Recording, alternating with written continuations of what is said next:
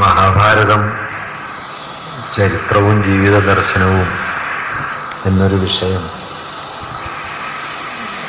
ഒരു പ്രഭാഷണം എന്നല്ല, എത്രയോ ആലോചനകൾക്ക് ശേഷവും ബാക്കി നിൽക്കാവുന്ന ഒരു വിഷയമാണ്.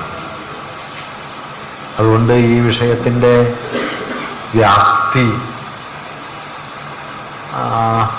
മുഴുവൻ നമുക്ക് ഇവിടെ ചർച്ചയ്ക്കെടുക്കുക സാധ്യമേ അല്ല.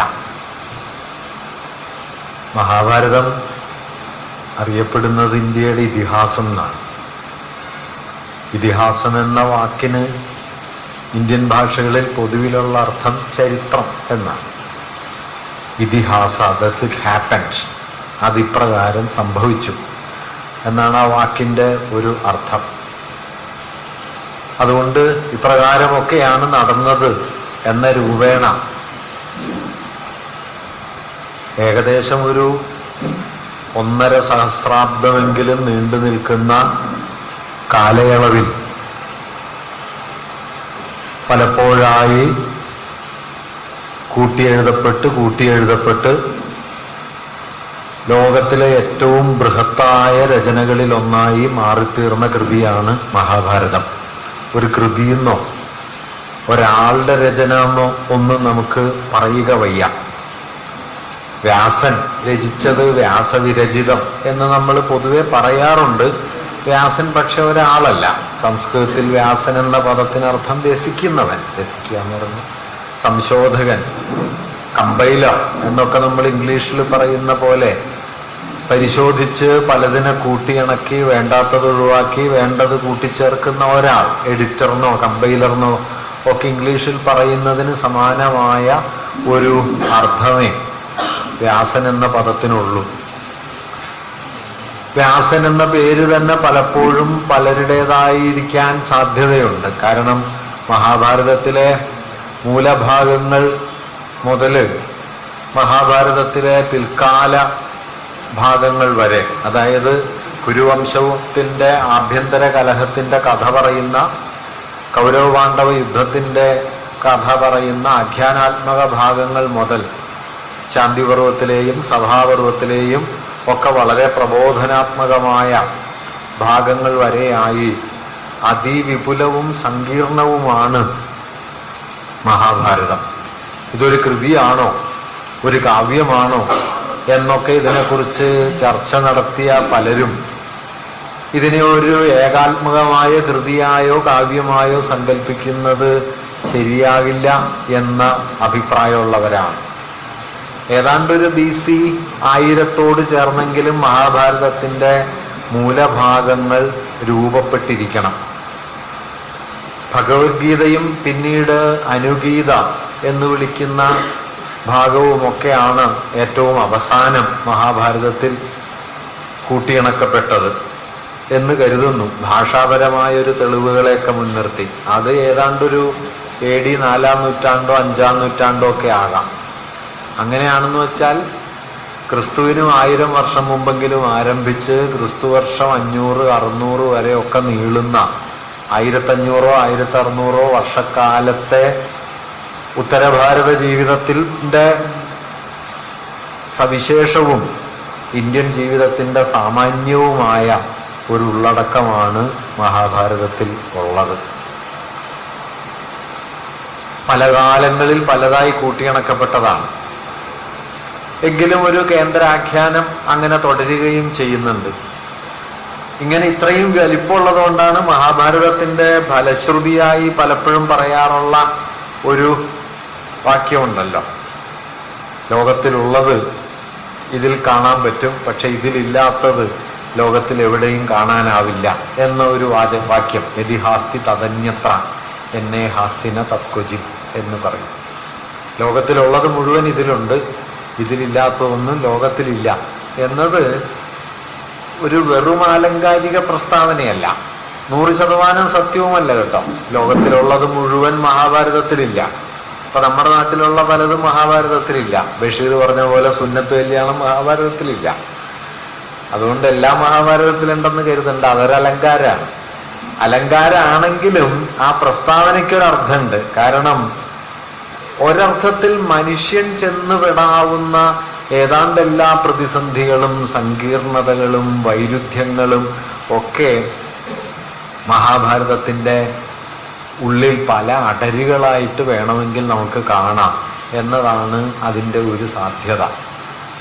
മനുഷ്യൻ്റെ ഏറ്റവും സങ്കീർണമായ വൈകാരിക പ്രശ്നങ്ങൾ, ഏറ്റവും ആധുനികനായൊരു മനുഷ്യന് അനുഭവപ്പെടാവുന്ന അസ്തിത്വപരമായ ചോദ്യങ്ങൾ, ഇതൊക്കെ മഹാഭാരതത്തിൽ അവിടെ ഉന്നയിക്കപ്പെടുന്നുണ്ട്. ധർമ്മത്തെക്കുറിച്ചുള്ള ഏറ്റവും ഗഹനഗംഭീരമായ അന്വേഷണങ്ങൾ. എന്താണ് ധർമ്മം? എന്താണ് ജയം? എന്താണ് പരാജയം? ഇതൊക്കെ ഇന്ത്യയിലെ മറ്റേതെങ്കിലും ഒരു കാവ്യം കൈകാര്യം ചെയ്തതിനേക്കാൾ വളരെ സങ്കീർണമായി മഹാഭാരതം കൈകാര്യം ചെയ്യുന്നുണ്ട് എന്ന് പറയാം. ജയോയം അജയാകാരോ ജയസ്തസ്മാൽ പരാജയ എന്ന് പറയും. എല്ലാ ജയങ്ങളും അജയങ്ങളാണ്, എല്ലാ വിജയങ്ങളും പരാജയങ്ങളാണ്. അതുകൊണ്ട് ജയം തന്നെ പരാജയം. വിജയത്തിൻ്റെ പരമപദത്തിൽ നിൽക്കുമ്പോൾ അതിനേക്കാൾ വലിയൊരു പരാജയമില്ല എന്ന് തിരിച്ചറിയുന്ന വലിയ നായകന്മാരുടെ കഥയാണ് ഒരർത്ഥത്തിൽ മഹാഭാരതം പറയുന്നത്. അതുകൊണ്ട് ജയിക്കുന്നത് വരെ ജയമായിരിക്കുന്നുള്ളൂ. ജയിക്കുന്നതോടെ ജയത്തേക്കാൾ വലിയ പരാജയങ്ങളൊന്നും ഇല്ല എന്നും വരാം. അതുകൊണ്ട് മഹാഭാരതം പല വഴികളാണ്. ഒരുപക്ഷെ രാമായണമോ ഇന്ത്യയിലെ മറ്റേതെങ്കിലും ഒരു കാവ്യമോ നൽകുന്നതിനേക്കാൾ വലിപ്പം, ജീവിതത്തെക്കുറിച്ചുള്ള ആലോചനകളുടെ വലിപ്പം മഹാഭാരതം നൽകുന്നുണ്ട്. അതുകൊണ്ടാണ് നമ്മുടെ വലിയ എഴുത്തുകാരൊക്കെ ജീവിതത്തിൻ്റെ, അവരുടെ രചനാ ജീവിതത്തിൻ്റെ മർമ്മസ്പർശിയായ സന്ദർഭങ്ങളിൽ ഒരുപക്ഷെ മഹാഭാരതത്തിലേക്ക് മടങ്ങിയിട്ട് ഒരു നോവലോ ഒരു കവിതയോ ഒരു കഥയോ ഒക്കെ എഴുതാൻ പ്രേരിതരാകുന്നത്. അത് ഖണ്ഡേക്കറെ പോലെ, അല്ലെങ്കിൽ ശിവജി സാവന്തിനെ പോലെ, നമ്മുടെ ഭാഷയിലാണെങ്കിൽ എം ടി വാസുദേവൻ നായരെ പോലെ, വി കെ ബാലകൃഷ്ണനെ പോലെ, ഇരാവതി കാർവയെ പോലെ, കുട്ടികൃഷ്ണമാരാരെ പോലെ എത്രയോ പേർ മഹാഭാരതത്തെ ഈ നിലയിൽ നോക്കുന്നു. ഇവരെല്ലാം നോക്കുമ്പോൾ മഹാഭാരതം വേറെ വേറെ ഉത്തരങ്ങളും വേറെ വേറെ പ്രശ്നങ്ങളും ഉയർത്തിക്കൊണ്ടു വരികയും ചെയ്യുന്നു. അങ്ങനെ അനന്തമായി വ്യാഖ്യാനിക്കപ്പെടാനുള്ള വക അവശേഷിപ്പിച്ചുകൊണ്ട് ഒരുപക്ഷെ ജീവിതത്തോളം തന്നെ വൈരുദ്ധ്യപൂർണമായി, ജീവിതത്തോളം തന്നെ കെട്ടഴിഞ്ഞ് ചെതറിയ നിലയിൽ, ജീവിതത്തോളം തന്നെ സന്നിഗ്ധവും സംശയപൂർണവുമായി അവശേഷിക്കുന്ന ഒരു ആന്തരപ്രകൃതം മഹാഭാരതത്തിനുണ്ട്. ഈ ആന്തരപ്രകൃതമാണ് മഹാഭാരതത്തെ മറ്റേതെങ്കിലും കൃതിയേക്കാൾ കൂടുതൽ ആധുനിക മനുഷ്യനോട് ബന്ധിപ്പിച്ച് നിർത്തുന്നത്. ആധുനിക മനുഷ്യൻ്റെ, ഇപ്പം ഖണ്ഡേക്കർ യയാതി എഴുതി, യയാതി മനുഷ്യൻ്റെ അവസാനിക്കാത്ത ഒരു തൃഷ്ണയുടെയും മനുഷ്യൻ്റെ അവസാനിക്കാത്ത കാമനകളുടെയും ലോകത്തെക്കുറിച്ചാണ് എഴുതുന്നത്. അങ്ങനെ എഴുതാൻ ആലോചിച്ച നോവലിസ്റ്റിന് അതിന് പറ്റിയ ഏറ്റവും നല്ല കഥാപാത്രങ്ങളിലൊന്ന് മഹാഭാരതത്തിൽ നിന്ന് കിട്ടുകയാണ്. തിരസ്കൃതനായ മനുഷ്യൻ്റെ നിത്യമായ ഒരു ബഹിഷ്കൃതാവസ്ഥയെക്കുറിച്ച്, അന്യത്വത്തെക്കുറിച്ച്, ഒരുപക്ഷെ വളരെ ആധുനികമായൊരു പ്രമേയമായി തീർന്ന അന്യത്വത്തെക്കുറിച്ച് എഴുതാൻ തുടങ്ങുമ്പോൾ ഒരുപക്ഷെ ഒരു കർണനോ അല്ലെങ്കിൽ ഒരു ഭീമനോ ഒക്കെ അതിൻ്റെ കേന്ദ്രത്തിലേക്ക് വരുന്നു. അതുകൊണ്ട് ഇനി ഞാൻ ഉറങ്ങട്ടയിൽ വാസ്തവത്തിൽ ബഹിഷ്കൃതത്വത്തിൻ്റെ, അന്യത്വത്തിൻ്റെ പരകോടിയിൽ ചെന്ന് ജീവിക്കേണ്ടി വരുന്നൊരു മനുഷ്യൻ്റെ വിഷാദങ്ങൾ മുഴുവൻ കാണാൻ, താനായിട്ട് എപ്പോഴെങ്കിലും സ്നേഹിക്കപ്പെട്ടോ എന്ന ചോദ്യമാണ് ബാലകൃഷ്ണൻ്റെ ഇനി ഞാൻ ഉറങ്ങട്ടയിൽ ദ്രൗപദി ചോദിക്കുന്നത്. തനിക്ക് 5 ഭർത്താക്കന്മാരുണ്ടായിരുന്നു, വലിയ പോരാളികളായിരുന്നു, അവരെല്ലാം തന്നെ സ്നേഹിച്ചു, അവരുടെ അഭിമാനമായി തന്നെ കണ്ടു. പക്ഷെ താനായി എപ്പോഴെങ്കിലും സ്നേഹിക്കപ്പെട്ടോ എന്ന വലിയൊരു ചോദ്യം ദ്രൗപദി ഉന്നയിക്കുന്നുണ്ട്. ഞാൻ പറഞ്ഞത് ഇങ്ങനെ ഏത് നിലയിലും ഉന്നയിക്കാവുന്ന ധാരാളം ചോദ്യങ്ങൾക്ക് വകബാക്കി വെച്ചുകൊണ്ടാണ് മഹാഭാരതം നിൽക്കുന്നത്. ഇങ്ങനെ ഒരു ധർമ്മസംശയത്തിൻ്റെ ലോകത്തെ രാമായണം പോലൊരു കൃതി നൽകുന്നില്ല. ഒരുപക്ഷെ ഇന്ത്യയിലെ മറ്റേതെങ്കിലും ഒരു കൃതിക്ക് ഇത്രത്തോളം ധർമ്മസന്നിഗ്ധതകളെ അവശേഷിപ്പിക്കാൻ കഴിയുന്നില്ല എന്നുള്ളത് കൊണ്ട് കൂടിയായിരിക്കാം ആ കൃതികളെക്കാളൊക്കെ എത്രയോ കൂടുതൽ മഹാഭാരതത്തിലേക്ക് നമ്മുടെ ആധുനിക സാഹിത്യം മടങ്ങിയത്. ഞാൻ അതിനെക്കുറിച്ച് അവസാനം ചില കാര്യങ്ങൾ പറയാം. ഞാൻ പറഞ്ഞു വന്ന അതുകൊണ്ട് എത്രയോ നിലയിൽ ആലോചിക്കപ്പെട്ടുകൊണ്ടിരിക്കുന്ന, ഏതെല്ലാം രീതികളിൽ വിശദീകരിക്കപ്പെട്ടുകൊണ്ടിരിക്കുന്ന ഒരു കൃതിയായിട്ടാണ് ഇന്ന് മഹാഭാരതം നിൽക്കുന്നത്. ഇതിൻ്റെ ചരിത്രം മുഴുവൻ നമുക്ക് ഇവിടെ പറയുക സാധ്യമല്ല. അതുകൊണ്ട് ഞാൻ മുഖ്യമായിട്ടും 2 കാര്യങ്ങളാണ് ഈ പ്രഭാഷണത്തിൽ അവതരിപ്പിക്കാൻ ഉദ്ദേശിക്കുന്നത്. ഒന്ന്, മഹാഭാരതത്തിൻ്റെ ഒരു ചരിത്ര ഭൂമിക എന്നാണ്. മഹാഭാരതം ഒരുപാട് കാര്യങ്ങൾ പറയുന്നുണ്ട്. ഇതിഹാസമാണ്, 18 അക്ഷൗഹിണി പങ്കെടുത്ത യുദ്ധമുണ്ട്, ഇങ്ങനെ ധാരാളം കഥകൾ അതിൽ വന്നു പോകുന്നുണ്ട്. ഈ കഥകളുടെയും ഐതിഹ്യ പടലങ്ങളുടെയും ഒക്കെ പിന്നിൽ എന്ത് തരത്തിലുള്ള ഭൗതിക യാഥാർത്ഥ്യമാണ്, സാമൂഹിക യാഥാർത്ഥ്യമാണ് ഉള്ളത് എന്ന ഒരു ചോദ്യം. ആ ചോദ്യത്തിന് ഇവിടെ സ്വാഗത പ്രസംഗത്തിൽ സൂചിപ്പിച്ചതുപോലെ ഇന്ന് കുറച്ചുകൂടി സാങ്കത്യവുമുണ്ട്. കാരണം ഇന്ന് ഇതിഹാസങ്ങളെയൊക്കെ തന്നെ അവയുടെ ഐതിഹ്യാത്മക പ്രകൃതത്തിൽ നിന്ന് എടുത്തു മാറ്റി യഥാർത്ഥ ചരിത്രം തന്നെയാണ് ഇവ എന്ന് സ്ഥാപിക്കുന്ന മട്ടിലുള്ള വളരെ വളരെ അശാസ്ത്രീയം എന്നല്ല ഞാൻ പറയാം, വളരെ കൂടുതൽ സാമൂഹ്യ വിരുദ്ധമായ ഒരു താല്പര്യം ശക്തമായി കൊണ്ടിരിക്കുകയാണ്. ഒരു ഐതിഹ്യത്തിനും ഭൂതകാല ചരിത്രത്തെ അതേപടി ഉൾക്കൊള്ളാൻ പറ്റില്ല. ഒരു ചരിത്രരചനയ്ക്കും ഭൂതകാല ചരിത്രത്തെ അതേപടി ഉൾക്കൊള്ളാൻ പറ്റില്ല. ഐതിഹ്യം മാറ്റിവെച്ചോളൂ. ഭൂതകാലം എന്ന് പറയുന്നത് വൻതോതിൽ സങ്കീർണമായ, വ്യാമിശ്രമായ, കൂടിക്കലർന്ന് കിടക്കുന്ന ഒരുപാട് ആശയങ്ങളുടെ ലോകമാണ്. അതിനെ മുഴുവൻ അതേപടി സംഗ്രഹിക്കാൻ ഒരു ചരിത്രകൃതിക്കും കഴിയില്ല. ഐതിഹ്യങ്ങളിൽ നിന്ന് നമുക്ക് ആ സമൂഹത്തിൻ്റെ ജീവിതത്തെക്കുറിച്ചുള്ള ധാരാളം സൂചനകൾ കിട്ടുന്നുള്ളത് ശരിയാണ്. പക്ഷേ ഒരു ഐതിഹ്യത്തിൽ പറഞ്ഞ എല്ലാ കാര്യങ്ങളും, അല്ലെങ്കിൽ ഒരു പൗരാണിക ഗ്രന്ഥത്തിൽ പറയുന്ന എല്ലാ കാര്യങ്ങളും വസ്തുതാപരമാണ് എന്ന മട്ടിൽ നാം കണക്കാക്കിക്കൂടാ. അങ്ങനെ കണക്കാക്കാനുള്ള ശ്രമം ഇപ്പോൾ ഉണ്ട്. ഒരുപക്ഷെ ICHR പുതിയ ചെയർമാനായിട്ട് നിയോഗിക്കപ്പെട്ട ആള് മഹാഭാരത പണ്ഡിതനാണ്, സുദർശൻ റാവു. അപ്പൊ അദ്ദേഹമൊക്കെ ചെയ്യുന്നത് ഇപ്പോൾ ഇതെല്ലാം ചരിത്ര വസ്തുതകൾ തന്നെയാണ് എന്ന മട്ടിൽ ഇതിലെ മിത്തുകളെയും ഐതിഹ്യങ്ങളെയും ചരിത്ര സൂചനകളെയും ഒക്കെ കൂട്ടിക്കലർത്തി വിജ്ഞാന വിരുദ്ധതയുടെയും വിമർശനപരമായ പരിശോധനകളുടെയും ഒരു ലോകത്തെ ഇല്ലാണ്ടാക്കുക, വിജ്ഞാന വിരുദ്ധതയെ ഉറപ്പിക്കുന്ന മട്ടിലാണ് ഇന്ന് ഇന്ത്യൻ ഇതിഹാസ പാരമ്പര്യം പുതുതായി മനസ്സിലാക്കപ്പെടുകയോ അല്ലെങ്കിൽ ഉയർത്തിപ്പിടിക്കപ്പെടുകയോ ചെയ്യുന്നത്. അതുകൊണ്ട് ഇവയുടെ സാമൂഹ്യ അടിസ്ഥാനം എന്ത് എന്ന പരിശോധന ഒരു നിലയ്ക്ക് വളരെ കൂടുതൽ ഇന്ന് രാഷ്ട്രീയ പ്രാധാന്യം കൂടിയുള്ളതാണ്. ജനാധിപത്യപരമായ മതനിരപേക്ഷമായ ഒരു സമൂഹത്തിന് അതിൻ്റെ ഭൂതകാലത്തെ മനസ്സിലാക്കാൻ അത് ആവശ്യമാണ്. പക്ഷെ ഇങ്ങനെ പറയുമ്പോൾ ഒരു കാര്യമുള്ളത്, ഒരു ഇതിഹാസ കൃതിയെയോ ഒരു ജനതയുടെ ജീവിതത്തെ ആകമാനം സ്വാംശീകരിച്ച, ഉൾക്കൊണ്ട, സ്വാധീനിച്ച രചനകളെയോ അതിലെ ചരിത്ര വസ്തുതകളെയും ഭൗതിക ജീവിതത്തിൻ്റെ സൂചനകളെയും മാത്രം മുൻനിർത്തി മനസ്സിലാക്കാനും വിശദീകരിക്കാനും ശ്രമിക്കുന്നതിൽ അത്രമാത്രമേ അതിനർത്ഥമുള്ളൂ എന്ന് കരുതുന്നത് അസംബന്ധമാണ്. മഹാഭാരത യുദ്ധം യഥാർത്ഥത്തിൽ എന്തായിരുന്നു എന്നതൊരു കാര്യമാണ്. മഹാഭാരത യുദ്ധം ഭാവന ചെയ്യപ്പെട്ടതിൻ്റെ ലോകം എന്താണ് എന്നത് മറ്റൊരു കാര്യമാണ്. ഈ ഭാവനാത്മകതയുടെ വലിപ്പത്തെ, അതിൻ്റെ മഹത്വത്തെ നാം വസ്തുതാ യാഥാർത്ഥ്യവുമായി താരതമ്യപ്പെടുത്തി വിലകുറച്ച് കാണരുത് എന്നാണ് ഞാൻ പറയുന്ന ഒരു കാര്യം. നമ്മുടെ നാട്ടിൽ അങ്ങനെ ഒരു തരക്കേടുണ്ട്. ഈ ഭാവനാത്മക ലോകത്തെയൊക്കെ വസ്തുതാപരമായി എണ്ണിത്തിട്ടപ്പെടുത്തി ഇതൊക്കെ വെറുതെ കെട്ടുകഥയാണ് എന്ന് പറഞ്ഞു വിലകുറച്ച് കളയുക. അങ്ങനെയല്ല. ഒരു മനുഷ്യവംശത്തിൻ്റെ തന്നെ വലിയ ശേഷികളിലൊന്ന് ഭാവനാത്മകതയാണ്. ഇപ്പൊ യക്ഷപ്രശ്നം എന്ന് പറഞ്ഞ മഹാഭാരതത്തിലൊരു സന്ദർഭമുണ്ട്. അതിൽ ചോദിക്കും, എന്താണ് ജീവിതത്തിലെ ഏറ്റവും വലിയ അത്ഭുതം?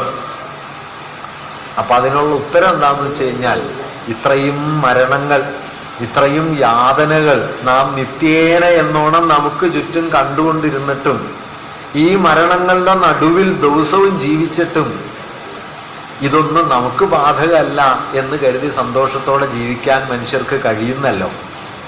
ഇതാണ് ലോകത്തെ ഏറ്റവും വലിയ വിസ്മയം. ആലോചിച്ച് നോക്കിക്കോളൂ. എന്നുള്ള ചുറ്റുവട്ടത്തെ എത്രായിരം മരണങ്ങൾ, എന്തെല്ലാം ദുരിതങ്ങൾ, യാതനകൾ. ഇതിൻ്റെ നടുക്കാണ്. ഏത് നിമിഷവും നമ്മിലേക്ക് എത്താവുന്നതാണ് എന്തും. എങ്കിലും ഇതൊക്കെ നമ്മിൽ എത്തുന്നത് വരെ നമുക്കുള്ളതല്ല എന്ന് കരുതാൻ നമുക്ക് കഴിയുന്നല്ലോ.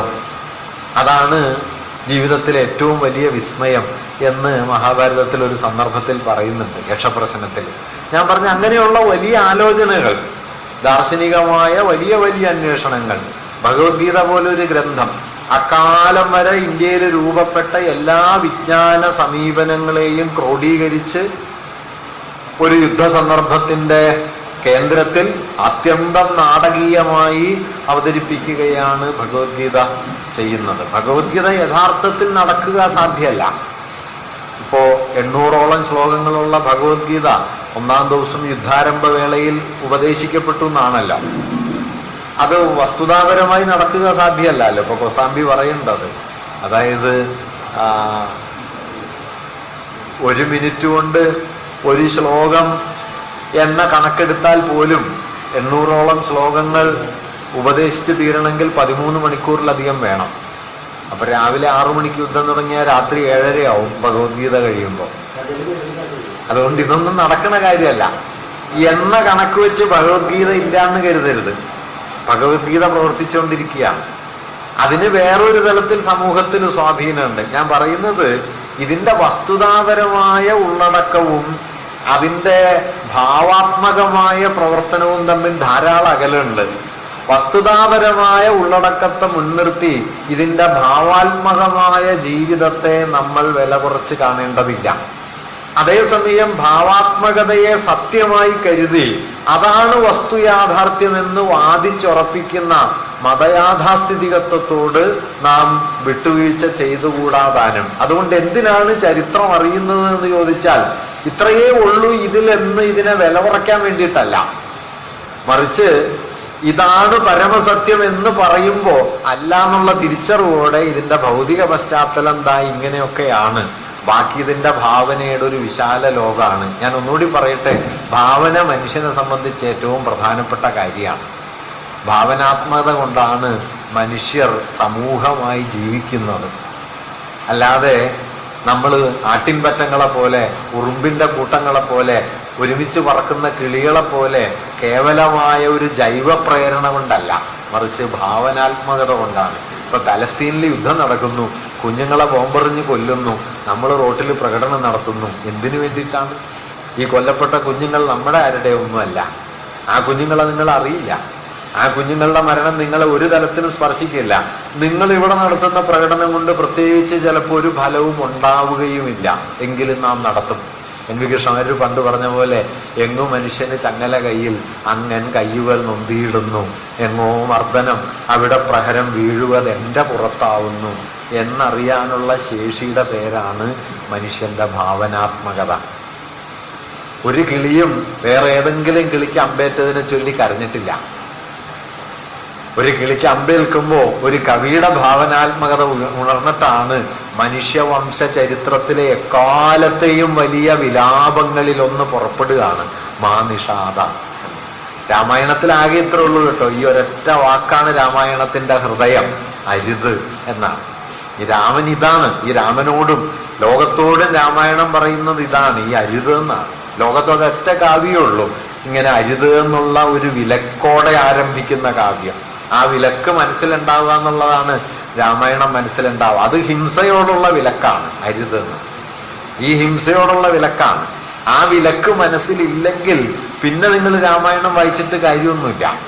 ഇപ്പൊ കർക്കിടകത്തിൽ വേറെ ജോലിയൊന്നും ഇല്ലാത്തതുകൊണ്ട് കമ്പോട് ഇത് വായിച്ചു തീർക്കും. അതുകൊണ്ട് പ്രത്യേകിച്ച് പ്രയോജനമൊന്നുമില്ല. ഈ അരുത് വേണം. ഈ അരുതാണ്. ആ അരുതുണ്ടായത് തനിക്ക് അമ്പ് കൊണ്ടിട്ടല്ല, ഒരു കിളിക്ക് അമ്പ് കൊണ്ടിട്ടാണ്. ആ കിളിയുടെ വേദനയെ തൻ്റെ ഭാവനാത്മകത കൊണ്ട് തിരിച്ചറിയാൻ പറ്റിയതുകൊണ്ടാണ്. അതുകൊണ്ട് മനുഷ്യവംശത്തിന്റെ ഏറ്റവും വലിയ ശേഷിയാണ് ഭാവനാത്മകത. ആ ഭാവനാത്മകതയിൽ ബലം കൊണ്ട് ഇന്ത്യ സൃഷ്ടിച്ച ഏറ്റവും വലിയ കാവ്യമാണ്, ഏറ്റവും വലിയ ലോകമാണ് മഹാഭാരതത്തിൻ്റെത്. അതുകൊണ്ട് ഈ ഭാവനാത്മകതയെ നമ്മൾ വസ്തുയാഥാർത്ഥ്യത്തിന്റെ കണക്ക് പറഞ്ഞ് വില കുറയ്ക്കരുത് എന്നാണ് ഞാൻ ഒരു ഭാഗത്ത് പറയുന്നത്. അതേസമയം തന്നെ ഭാവനാത്മകമായി രൂപപ്പെട്ടവയെ പരമസത്യങ്ങളായി പ്രഖ്യാപിച്ച് അതിനപ്പുറം ഇപ്പുറം കാണുന്നതിനെയൊക്കെ ചരിത്രത്തിൽ ഇല്ലാത്തതെന്നോ ചരിത്രത്തിൽ ഉള്ളതെന്നോ ഉറപ്പിക്കുന്നതിനോട് നാം കലഹിക്കുകയും വേണം. അങ്ങനെ ഇരുനിലകളിൽ നമ്മൾ ഇതിൻ്റെ ഒരു യാഥാർത്ഥ്യത്തെ തിരിച്ചറിയാനുള്ള ശേഷി ആർജിക്കണം എന്നതാണ് ഒരുപക്ഷെ നമുക്ക് നമ്മുടെ ഭൂതകാലത്തിലെ മഹത്തായ രചനകളോട് ചെയ്യാവുന്ന ശരിയായൊരു സംഭാവന. മഹാഭാരതം ഇന്നിപ്പോൾ 1.25 ലക്ഷം ശ്ലോകങ്ങളുള്ള ഒരു കൃതിയാണ്. 3 ഘട്ടങ്ങളെങ്കിലും മഹാഭാരതത്തിൻ്റെ രചനാചരിത്രത്തിലുണ്ട് എന്ന് പൊതുവെ കാണാം. ഈ 8000 ശ്ലോകങ്ങൾ ഇതിൻ്റെ തുടക്കത്തിൽ കുരുവംശത്തിനിടയിലെ കൗരവപാണ്ഡവന്മാർക്കിടയിലെ അധികാര വടംവലി, ആ അധികാര വടംവലിയെ ആവിഷ്കരിച്ചുകൊണ്ട് സൂതന്മാരും മാഗധന്മാരും ഒക്കെ പാടി നടന്ന പാട്ടുകളായിട്ടാവണം മഹാഭാരതത്തിൻ്റെ മൂലഭാഗങ്ങൾ പൊട്ടിക്കിളിർത്തത് എന്നാണ് പൊതുവെ കരുതപ്പെടുന്നത്. ഇപ്പം ഇന്ത്യ ചരിത്രം നോക്കിയാൽ ഇന്ത്യയുടെ ചരിത്രം എന്ന് പറയുന്നത് ഇപ്പൊ ബ്രിട്ടീഷുകാരൊക്കെ പറഞ്ഞുണ്ടാക്കിയത് 18ാം നൂറ്റാണ്ടിൽ ബ്രിട്ടീഷുകാർ വരുന്നത് വരെ ഇന്ത്യക്ക് ചരിത്രമില്ല, ചരിത്ര രചനയേ ഇല്ല. യൂറോപ്യൻ അർത്ഥത്തിലുള്ള ചരിത്രമില്ല. പക്ഷെ ഭൂതകാലത്തെ വിശദീകരിക്കുന്ന പല രൂപങ്ങൾ ഇന്ത്യയിലുണ്ടായിരുന്നു. ഏറ്റവും ആദ്യ രൂപമാണ് ഈ നാരശംസികളും ഗാഥകളും. ഗാഥകൾ എന്ന് പറയുന്നത് നമ്മൾ നേരത്തെ പറഞ്ഞ സൂതന്മാർ, നമ്മുടെ നാട്ടിലെ പാണന്മാർക്ക് പോലെ ഉത്തരഭാരതത്തിൻ്റെ സംസ്കാരത്തിൽ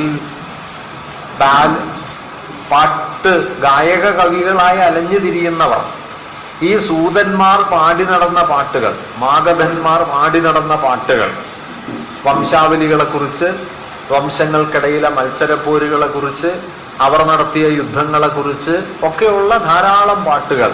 ഈ പാട്ടുകളാണ് ഒരുപക്ഷെ ഇന്ത്യ ചരിത്രത്തിലെ ആദ്യത്തെ ഒരിനം. മറ്റൊന്ന് നാരശംസികൾ എന്ന് പറയുന്ന ഒരു ശാഖയാണ്. ഏതെങ്കിലും ചില വീരനായകന്മാരെയൊക്കെ, പോർവീരന്മാരെയൊക്കെ സ്തുതിച്ചുകൊണ്ട് അവരുടെ അപദാനങ്ങൾ വാഴ്ത്തുന്ന മട്ടിലുള്ള ഒരു വീരയുഗകാലത്തെ നായകത്വത്തിൻ്റെ അപദാനങ്ങളെ വാഴ്ത്തുന്ന തരത്തിലുള്ള രചനകളാണ് നാരശംസികൾ. പിന്നീട് കുറെ കഴിയുമ്പോൾ ചരിതങ്ങൾ, ഹർഷചരിതം, വിക്രമാദിത്യ ചരിതം എന്നൊക്കെ പറഞ്ഞ് രാജസ്ഥാനങ്ങളായി വികസിക്കുന്ന ഒരു ഘട്ടത്തിൽ ആ രാജസ്ഥാനങ്ങളെ വാഴ്ത്തുന്ന തരത്തിൽ അയാളെയും അയാളുടെ ഭരണകാലത്തെയും പ്രദേശത്തെയും ഒക്കെ വിവരിക്കുന്ന ചരിതങ്ങൾ എന്ന് പറയുന്ന ഒരു രചനാരൂപം വരുന്നുണ്ട്. 4മതൊരു രൂപം വംശാവലികളാണ്.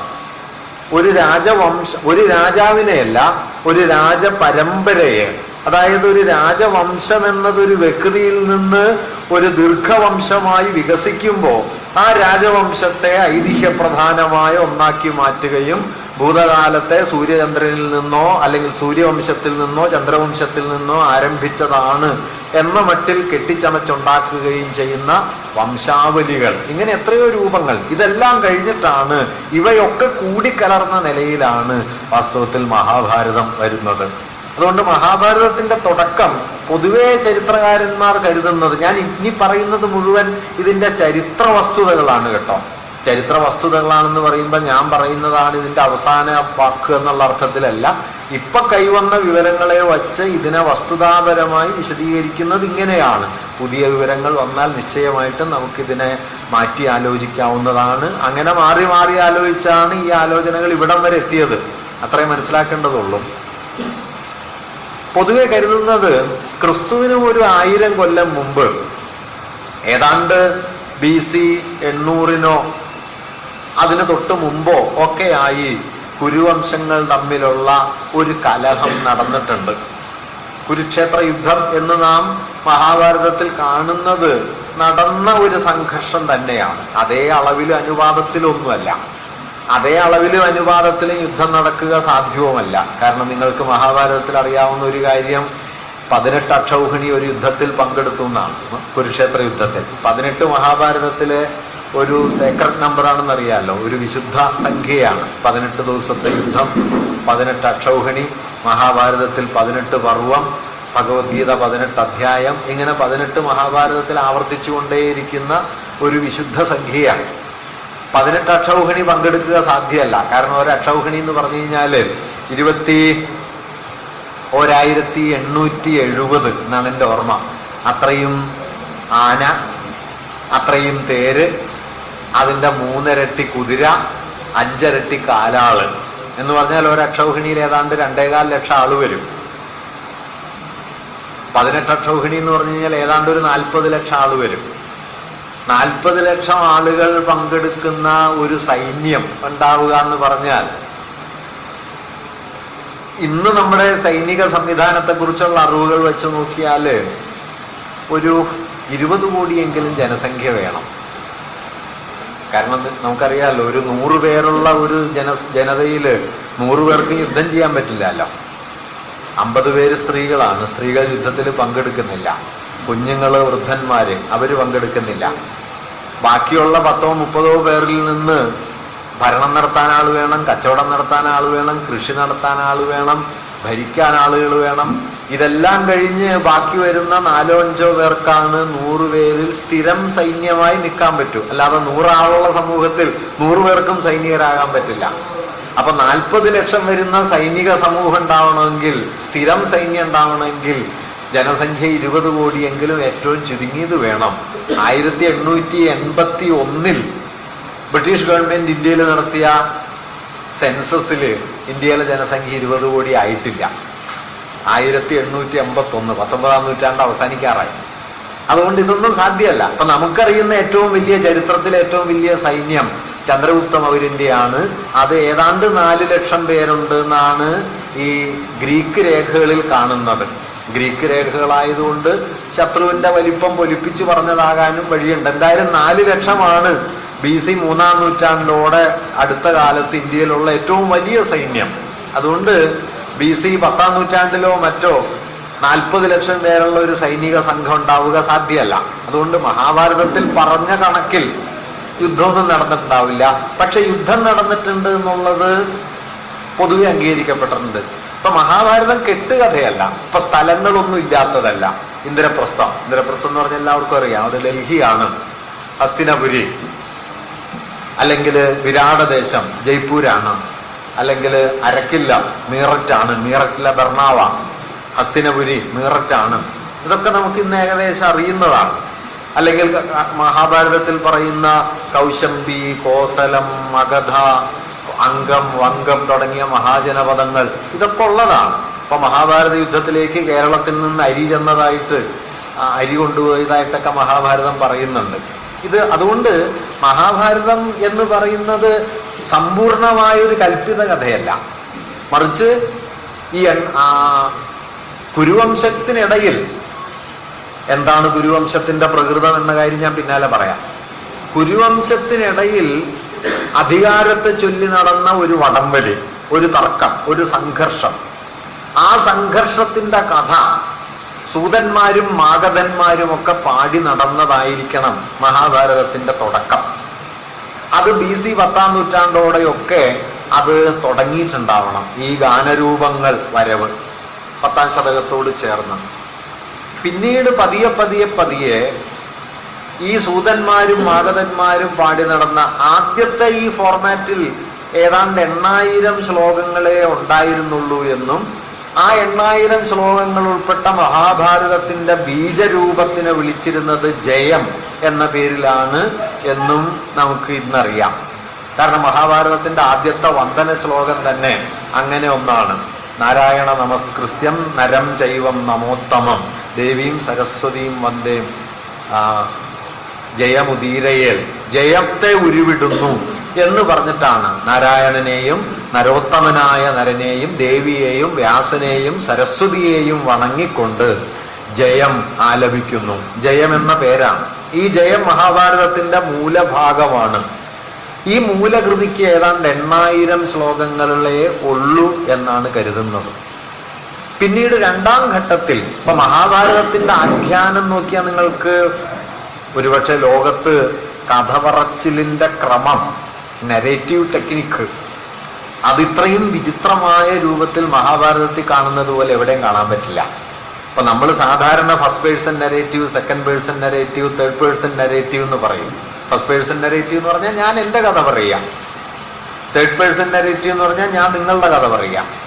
ഇങ്ങനെ ഫസ്റ്റ് പേഴ്സൺ നരേറ്റീവും തേർഡ് പേഴ്സൺ നരേറ്റീവുമാണ്. അവൻ്റെയും അവരുടെയും കഥ ഞാൻ പറയുന്നതാണ് തേർഡ് പേഴ്സൺ, എൻ്റെ കഥ ഞാൻ തന്നെ പറയുന്നതാണ് ഫസ്റ്റ് പേഴ്സൺ നരേറ്റീവ്. മഹാഭാരതത്തിന്റെ കഥ പറച്ചിലിന്റെ രീതി എന്ന് പറഞ്ഞു കഴിഞ്ഞാൽ അതിസങ്കീർണമാണ്. ഒരുപക്ഷെ ലോകത്ത് എവിടെയും കാണാൻ പറ്റാത്ത മട്ടിൽ കെട്ടിപ്പിണഞ്ഞു കിടക്കുന്നതാണ്. ഇപ്പൊ മഹാഭാരത രചയിതാവ് വ്യാസനാണെന്നറിയാലോ. വ്യാസൻ ഒരാളാണോ അല്ലയോ എന്നുള്ളതൊക്കെ നിൽക്കട്ടെ, വ്യാസൻ എന്നുള്ള ഒരു പിതൃബിംബം. വ്യാസന്റെ ശരിക്കും പേര് കൃഷ്ണദ്വൈവായനൻ. കൃഷ്ണദ്വൈവായനൻ എന്നുള്ളതും ഒരാളുടെ പേരാവാൻ സാധ്യത കുറവാണ്. ഒരു വിശദീകരണമായിരിക്കണം കൃഷ്ണദ്വൈപായനൻ. കൃഷ്ണദ്വൈപായനൻ എന്ന് പറഞ്ഞാൽ ദ്വീപിൽ പാർക്കുന്ന കറുമ്പൻ എന്നാണ് അർത്ഥം. ദ്വീപിൽ പാർക്കുന്ന കൃഷ്ണൻ എന്ന് പറഞ്ഞാൽ കറുമ്പൻ എന്നാണ്. ഒരാദിമ ഗോത്ര തലവനായിരിക്കണം കൃഷ്ണൻ. പിന്നീട് ആര്യവൽക്കരിക്കപ്പെട്ടപ്പോ അത് എന്താ പറയാ, ഒരു വൈദിക ദൈവമായിട്ട് പരിവർത്തനപ്പെട്ടതാവണം. ഇപ്പൊ നമ്മുടെ പല ദൈവങ്ങളും ഗോത്ര ദൈവങ്ങളാണ്. ഗോത്ര ദൈവങ്ങളെ വൈദികവൽക്കരിച്ചുകൊണ്ടാണ് ഇന്ത്യയിലെ ഹിന്ദു ദേവതമാരിൽ വലിയൊരു വിഭാഗം ഉണ്ടായത്. ശിവൻ അങ്ങനെയാണ്, കൃഷ്ണൻ അങ്ങനെയാണ്, രാമൻ അങ്ങനെയാണ്. കൃഷ്ണൻ പിന്നെ ഒരു ദൈവമല്ല, പലമാതിരി ദൈവസങ്കല്പങ്ങൾ കൂടിക്കലർന്ന് വലിയൊരു മിത്തിക്കൽ ഫിഗറായിട്ട് മാറുന്നതാണ് കൃഷ്ണൻ. അത് വേറൊരു കഥ. എന്തായാലും ഞാൻ പറഞ്ഞത്, ഈ 8000 ശ്ലോകമുള്ള മഹാഭാരതത്തിന്റെ അവതരണം നോക്കിയാൽ വ്യാസനാണ് ആദിപിതാവ്. ഈ ആദിപിതാവിന്റെ ചെറുമക്കളാണ് കൗരവ പാണ്ഡവന്മാര്. കഥയിൽ നോക്കി അങ്ങനെ അറിയാലോ. നമ്മുടെ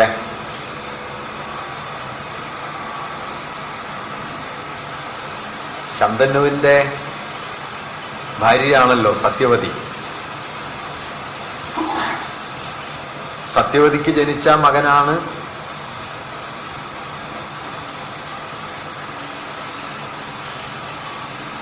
മറ്റേ ഭീഷ്മര് തട്ടിക്കൊണ്ടുവന്ന അംബാംബിക അംബാലികമാര്.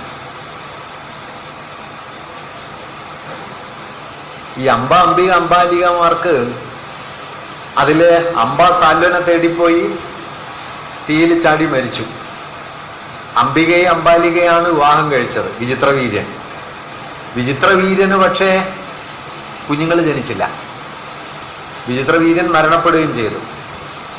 വംശം മുടിഞ്ഞു പോകും എന്ന് വന്നപ്പോ അന്ന് നിലവിലുള്ള വ്യവസ്ഥയാണ് നിയോഗം.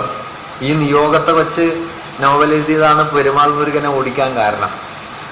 നിയോഗം എന്താന്ന് വെച്ച് കഴിഞ്ഞാൽ, പുത്രസൗഭാഗ്യം ഇല്ലെങ്കിൽ ജ്യേഷ്ഠനോ അനുജനോ സഹോദരന് സഹോദര ഭാര്യയില് സന്തത്യുൽപാദനം നടത്താം. വിചിത്രവീര്യന്റെ ജ്യേഷ്ഠനാണ് വ്യാസൻ. ശന്തനുവിന് സത്യവതിയിലുണ്ടായ മകൻ, തോണിക്കാരിയായ ശന്തനുവിനല്ല, വ്യാസന്റെ പിതാവുണ്ടല്ലോ പരാശര മഹർഷി. പരാശര മഹർഷിക്ക് നമുക്ക് പുരാണം, പരാശര മഹർഷിക്ക് സത്യവതിയിലുണ്ടായ മകനാണ്, തോണിയിൽ വെച്ചുള്ള അവിഹിത വീഴ്ചയിലുണ്ടായ മകനാണ് ഈ വ്യാസൻ. മഹാജ്ഞാനി, പക്ഷേ ജടാധാരിയാണ്, കണ്ടാൽ വികൃത രൂപിയാണ്. രണ്ടാമത്തെ പുത്രനാണ് വിചിത്രവീര്യൻ സത്യവതിയുടെ. വിചിത്രവീര്യന് മക്കളില്ല. വിചിത്രവീര്യന്റെ ഭാര്യമാരാണ് ഈ അംബികയും അംബാലികയും. അതുകൊണ്ട് വംശം നിലനിന്നു പോകാൻ, കുറ്റിയറ്റു പോകാതിരിക്കാൻ വേണ്ടി നിയോഗപ്രകാരം വ്യാസനിലും അംബികയിലും അംബാലികയിലും വ്യാസൻ സന്തത്യുൽപാദനം നടത്തുന്നതിൻ്റെ ഭാഗമായി ജനിച്ച പുത്രന്മാരാണ് ധൃതരാഷ്ട്രരും പാണ്ഡുവും. അതിൽ വ്യാസനെ കണ്ട് ഭയാക്രാന്തയായി അംബിക കണ്ണടച്ചു കളഞ്ഞെന്നും അതുകൊണ്ടാണ് ജനിച്ച മകൻ അന്ധനായി തീർന്നത് ധൃതരാഷ്ട്രം. അംബാലികയാകട്ടെ ഇയാളെ കണ്ട് ഭയാക്രാന്തയായി പേടിച്ച് വിളറി വെളുത്തുവെന്നും അതുകൊണ്ട് ജനിച്ച പുത്രൻ പാണ്ഡുരോഗമുള്ളവനായി പാണ്ഡുവായി തീർന്നു എന്നുമാണ്. ഈ ധൃതരാഷ്ട്രരുടെയും പാണ്ഡുവിൻ്റെയും മക്കളെന്ന് കരുതപ്പെടുന്നവരാണ് കൗരവരും പാണ്ഡവരും. അതും ഒരു പ്രശ്നമാണ്. കാരണം ധൃതരാഷ്ട്രരുടെ നേരിട്ടുള്ള പുത്രന്മാരല്ല, എങ്കിലും ധൃതരാഷ്ട്രരുടെ പുത്രന്മാർ എന്ന് സങ്കല്പിക്കുന്നതാണ് 100 പേരായ കൗരവർ. പാണ്ഡുവിന്റെ നേരിട്ടുള്ള പുത്രന്മാരല്ല, കുന്തിക്ക് 5 മക്കളിലായി 5 ഭർത്താക്കന്മാരിലായി ജനിച്ചതാണ് പാണ്ഡവന്മാർ. മഹാഭാരതത്തെ 2-ാം ഊഴത്തില് ഭീമൻ കുന്തിയോട് ചോദിക്കുന്നുണ്ട്, ആരാണ് എൻ്റെ അച്ഛൻ? അപ്പൊ 2-ാം ഊഴത്തിൽ ഉത്തരം, മഹാഭാരതത്തിൽ ഉത്തരം വായു ഭഗവാനാണ്. 2-ാം ഊഴത്തിൽ MT എഴുതുന്നത് ചങ്ങലയഴിഞ്ഞ ചണ്ടമാരുതനെ പോലെ എവിടെ നിന്നോ വന്ന കാട്ടാളൻ, പേരെന്തെന്നറിയില്ല എന്നാണ്. കാറ്റുമായിട്ട് അത്രേ ബന്ധമുള്ളൂ, ചങ്ങലയഴിഞ്ഞ ചണ്ടമാരുതൻ. എന്തായാലും ഇങ്ങനെ വന്നു. പക്ഷെ ഐതിഹ്യാത്മകമായിട്ട് നോക്കിക്കഴിഞ്ഞാൽ അതുകൊണ്ട് വ്യാസൻ എന്ന ആദിപിതാവിന്റെ മക്കളായ ധൃതരാഷ്ട്രരുടെയും പാണ്ഡുവിന്റെയും മക്കളാണ് കൗരവ പാണ്ഡവന്മാർ. അതുകൊണ്ട് ഒരു ആദിപിതാവ്, ആ ആദിപിതാവിന്റെ ചെറുമക്കളായ കൗരവ പാണ്ഡവർ, ഇവര് തമ്മിൽ നടക്കുന്ന യുദ്ധം, അതാണ് കുരുക്ഷേത്ര യുദ്ധം. ഈ യുദ്ധം കഴിഞ്ഞു. യുദ്ധത്തില് മരിച്ച അഭിമന്യുവിന്റെ മകനാണ് ജനമേജയൻ.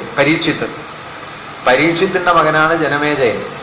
പരീക്ഷത്തിന് സർപ്പരാജാവായ തക്ഷകൻ ഒരു ഫലത്തിൽ ഒളിച്ചിരുന്ന് പാമ്പായി വന്ന് കൊത്തിക്കൊല്ലുകയാണ് ചെയ്തത്. അതുകൊണ്ട് അച്ഛനെ കൊന്ന സർപ്പത്തോട്, തക്ഷകനോട് പ്രതികാരം കിട്ടാൻ വേണ്ടി ഈ ജനമേജയൻ ഒരു വമ്പൻ സർപ്പസത്രം നടത്തുന്നു. ആ സർപ്പസത്രത്തില് മന്ത്രശക്തി കൊണ്ട് എല്ലാ സർപ്പങ്ങളെയും ആവാഹിച്ച് അഗ്നികുണ്ഡത്തിലാക്കി കൊന്നൊടുക്കിക്കൊണ്ടിരിക്കുന്നു. അവിടെ ധാരാളം സന്യാസിമാർ ഒത്തുകൂടി. അങ്ങനെ ഒത്തുകൂടിയ സന്യാസി വൃന്ദത്തോട് ആദിപിതാവായ വ്യാസന്റെ അനുയായിയായ ശിഷ്യപരമ്പരയിൽപ്പെട്ട ആളായ വൈശമ്പായനൻ വന്ന് ഈ ജനമേജയന്റെ സർപ്പസത്രത്തിൽ വെച്ച് മഹാഭാരത യുദ്ധത്തിന്റെ കഥ പറയുന്നു. അതവിടെ വെച്ച് കേട്ട ഉഗ്രശ്രവസിന്റെ മകനായ ലോമഹർഷണന്റെ മകനായ ഉഗ്രശ്രവസ് പിന്നീട് നൈമിഷാരണ്യം എന്ന് പറയുന്ന സ്ഥലത്ത് നടക്കുന്ന ഒരു യാഗവേദിയിൽ ഒത്തുചേർന്ന ശൗനകാദി മഹർഷിമാരോട് ഈ കഥ വീണ്ടും പറഞ്ഞു കൊടുക്കുന്നു. അങ്ങനെ പറയുന്ന കഥയാണ് മഹാഭാരതം. നിങ്ങളൊന്ന് ആലോചിച്ച് നോക്കി ഇതിൻ്റെ ഒരു ഘടന. ഒരു ആദിപിതാവ്, ആ ആദിപിതാവിന്റെ ചെറുമക്കൾ തമ്മിൽ നടന്ന യുദ്ധം, ആ യുദ്ധത്തിന്റെ കഥ ആ ചെറുമക്കളിൽ ഒരാളുടെ ചെറുമകന്റെ മകനോട് ഈ ആദിപിതാവിന്റെ ശിഷ്യൻ പറഞ്ഞത് മറ്റൊരു സന്യാസി കേട്ട് അടുത്ത തലമുറയിലെ ഒരാൾക്ക് പറഞ്ഞു കൊടുക്കുന്ന മട്ടിലാണ്. ഒരുപക്ഷെ ലോകത്ത് ഇത്രയും സങ്കീർണമായി ഒരാഖ്യാന ഘടന മറ്റൊരു കൃതിയിലും ഭാവന ചെയ്യപ്പെട്ടിട്ടില്ല എന്ന് പറയാം. ഇത് മനസ്സിലാക്കിയെടുക്കാൻ തന്നെ നേരം കുറെ എടുക്കും. എന്തായാലും ഞാൻ പറഞ്ഞു വന്നത് ഇങ്ങനെ, ഇതെന്തുകൊണ്ട് ഇങ്ങനെ വരണമെന്ന് വെച്ച് കഴിഞ്ഞാൽ 1500 കൊല്ലം കൊണ്ട് പെരുകി വരുന്നതാണ് ഈ കഥയൊക്കെ. ഒരാളോ രണ്ടാളോ അല്ല, നൂറ്റാണ്ടുകൾ, അനവധി തലമുറകൾ ഇതിൽ കൂട്ടിച്ചേർത്തുകൊണ്ടേയിരിക്കുന്നുണ്ട്. മഹാഭാരതത്തിന്റെ നരേറ്റീവിന്റെ പ്രത്യേകത എന്താ വെച്ചാൽ എവിടെയും കൂട്ടിച്ചേർക്കലുണ്ട്. എവിടെയും കൂട്ടിച്ചേർക്കൽ എന്ന് പറഞ്ഞാൽ ഇപ്പോ വനവാസകാലത്ത് മറ്റേ ഇയാളോട് വന്ന് ചോദിക്കും, നമ്മുടെ നാരദൻ കാണാൻ വരുമ്പോ യുധിഷ്ഠിരൻ പറയും, എന്നെപ്പോലെ നിർഭാഗ്യവാനായ ഒരാൾ ഈ ലോകത്തുണ്ടോ? അപ്പൊ നാരദൻ പറയും, അങ്ങനെയല്ല, നിന്നെ പോലെയൊക്കെ നിർഭാഗ്യവാന്മാരായ ധാരാളം പേരുണ്ട്, ഞാൻ ഒരാളുടെ കഥ പറയാം എന്ന് പറഞ്ഞിട്ട് പറയുന്നതാണ് നളോപാഖ്യാനം, നളന്റെ കഥ. ഇങ്ങനെ അനുബന്ധമായി കഥകൾ പെരുകിക്കൊണ്ടേയിരിക്കും. അതുകൊണ്ട് തിരശ്ചീനമായി ഒരു കഥ, ഒരു യുദ്ധത്തിന്റെ കഥ പോകും. പക്ഷെ അതിനിടയിൽ ലംബമാനമായി ഇങ്ങനെ 100 ശാഖകൾ പെരുകിക്കൊണ്ടേയിരിക്കും. അല്ലാതെ നേർക്ക് നേരെ ഒരു കഥ പറഞ്ഞു പോവുകയല്ല. ഈ നേർക്ക് നേരെ പറയുന്ന കഥയ്ക്ക് കുറുകെ ആയിരക്കണക്കായ ഉപകഥകൾ പെരുകി വന്നിട്ടാണ് ഇന്ന് നാം കാണുന്ന മഹാഭാരതമായിരിക്കുന്നത്. അല്ലാതെ മഹാഭാരതം വാസ്തവത്തിൽ അതിൻ്റെ വലിപ്പം വന്നിരിക്കുന്നത് ഈ യുദ്ധകഥയെക്കാളൊക്കെ എത്രയോ ഗഹനവും ഗംഭീരവുമായ മേഖലകളായി ഈ അനുബന്ധങ്ങൾ മാറി എന്നുള്ളത് കൊണ്ടാണ്. ഈ അനുബന്ധങ്ങളുടെ പെരുപ്പാണ് മഹാഭാരതത്തെ നാം ഇന്ന് കാണുന്ന അതിദാർശനികമായ ഒരു ഗ്രന്ഥത്തിന്റെ പദവിയിലേക്ക് എത്തിച്ചത്. ഏതായാലും 8000 ശ്ലോകങ്ങളുള്ള ജയമെന്ന ആദി കാവ്യത്തിൽ നിന്ന് രണ്ടാം ഘട്ടമായി പൊതുവെ ആളുകൾ കരുതുന്നത് ഈ വൈശമ്പായനൻ ജനമേജയന്റെ സർപ്പസത്രത്തിൽ വെച്ച് ആലപിച്ചു എന്ന് കരുതുന്ന കാവ്യം, ആ കാവ്യം ഇതിന്റെ രണ്ടാം ഘട്ടത്തിലേതാണെന്നും അന്ന് ഏതാണ്ട് 25,000 ശ്ലോകങ്ങളാണ് ഇതിലുള്ളതെന്നും അത് ഏതാണ്ട് BC 4-ാം നൂറ്റാണ്ടോടോ 3-ാം നൂറ്റാണ്ടോടോ ചേർന്ന കാലയളവായിരിക്കും ഇതിന്റെ രണ്ടാം ഘട്ടം എന്നും ആ രണ്ടാം ഘട്ടത്തിൽ അതിന്റെ പേര് ഭാരതം എന്നാണ്.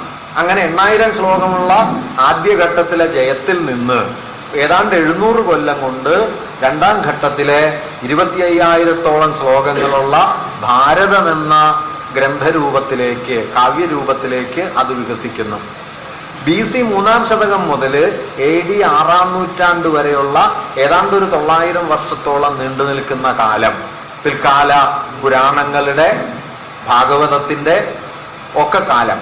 ഈ കാലത്താണ് മഹാഭാരതം ഒരു വലിയ കഥയിൽ നിന്ന് ഒരു വലിയ പ്രബോധന ഗ്രന്ഥമായി തീരുന്നത്. ധർമ്മം എന്താണ്, സത്യം എന്താണ് എന്നൊക്കെയുള്ള വലിയ ദാർശനിക ചോദ്യങ്ങൾ ഉയർത്തുന്ന ഭാഗങ്ങൾ മഹാഭാരതത്തിലേക്ക് വരുന്നത്.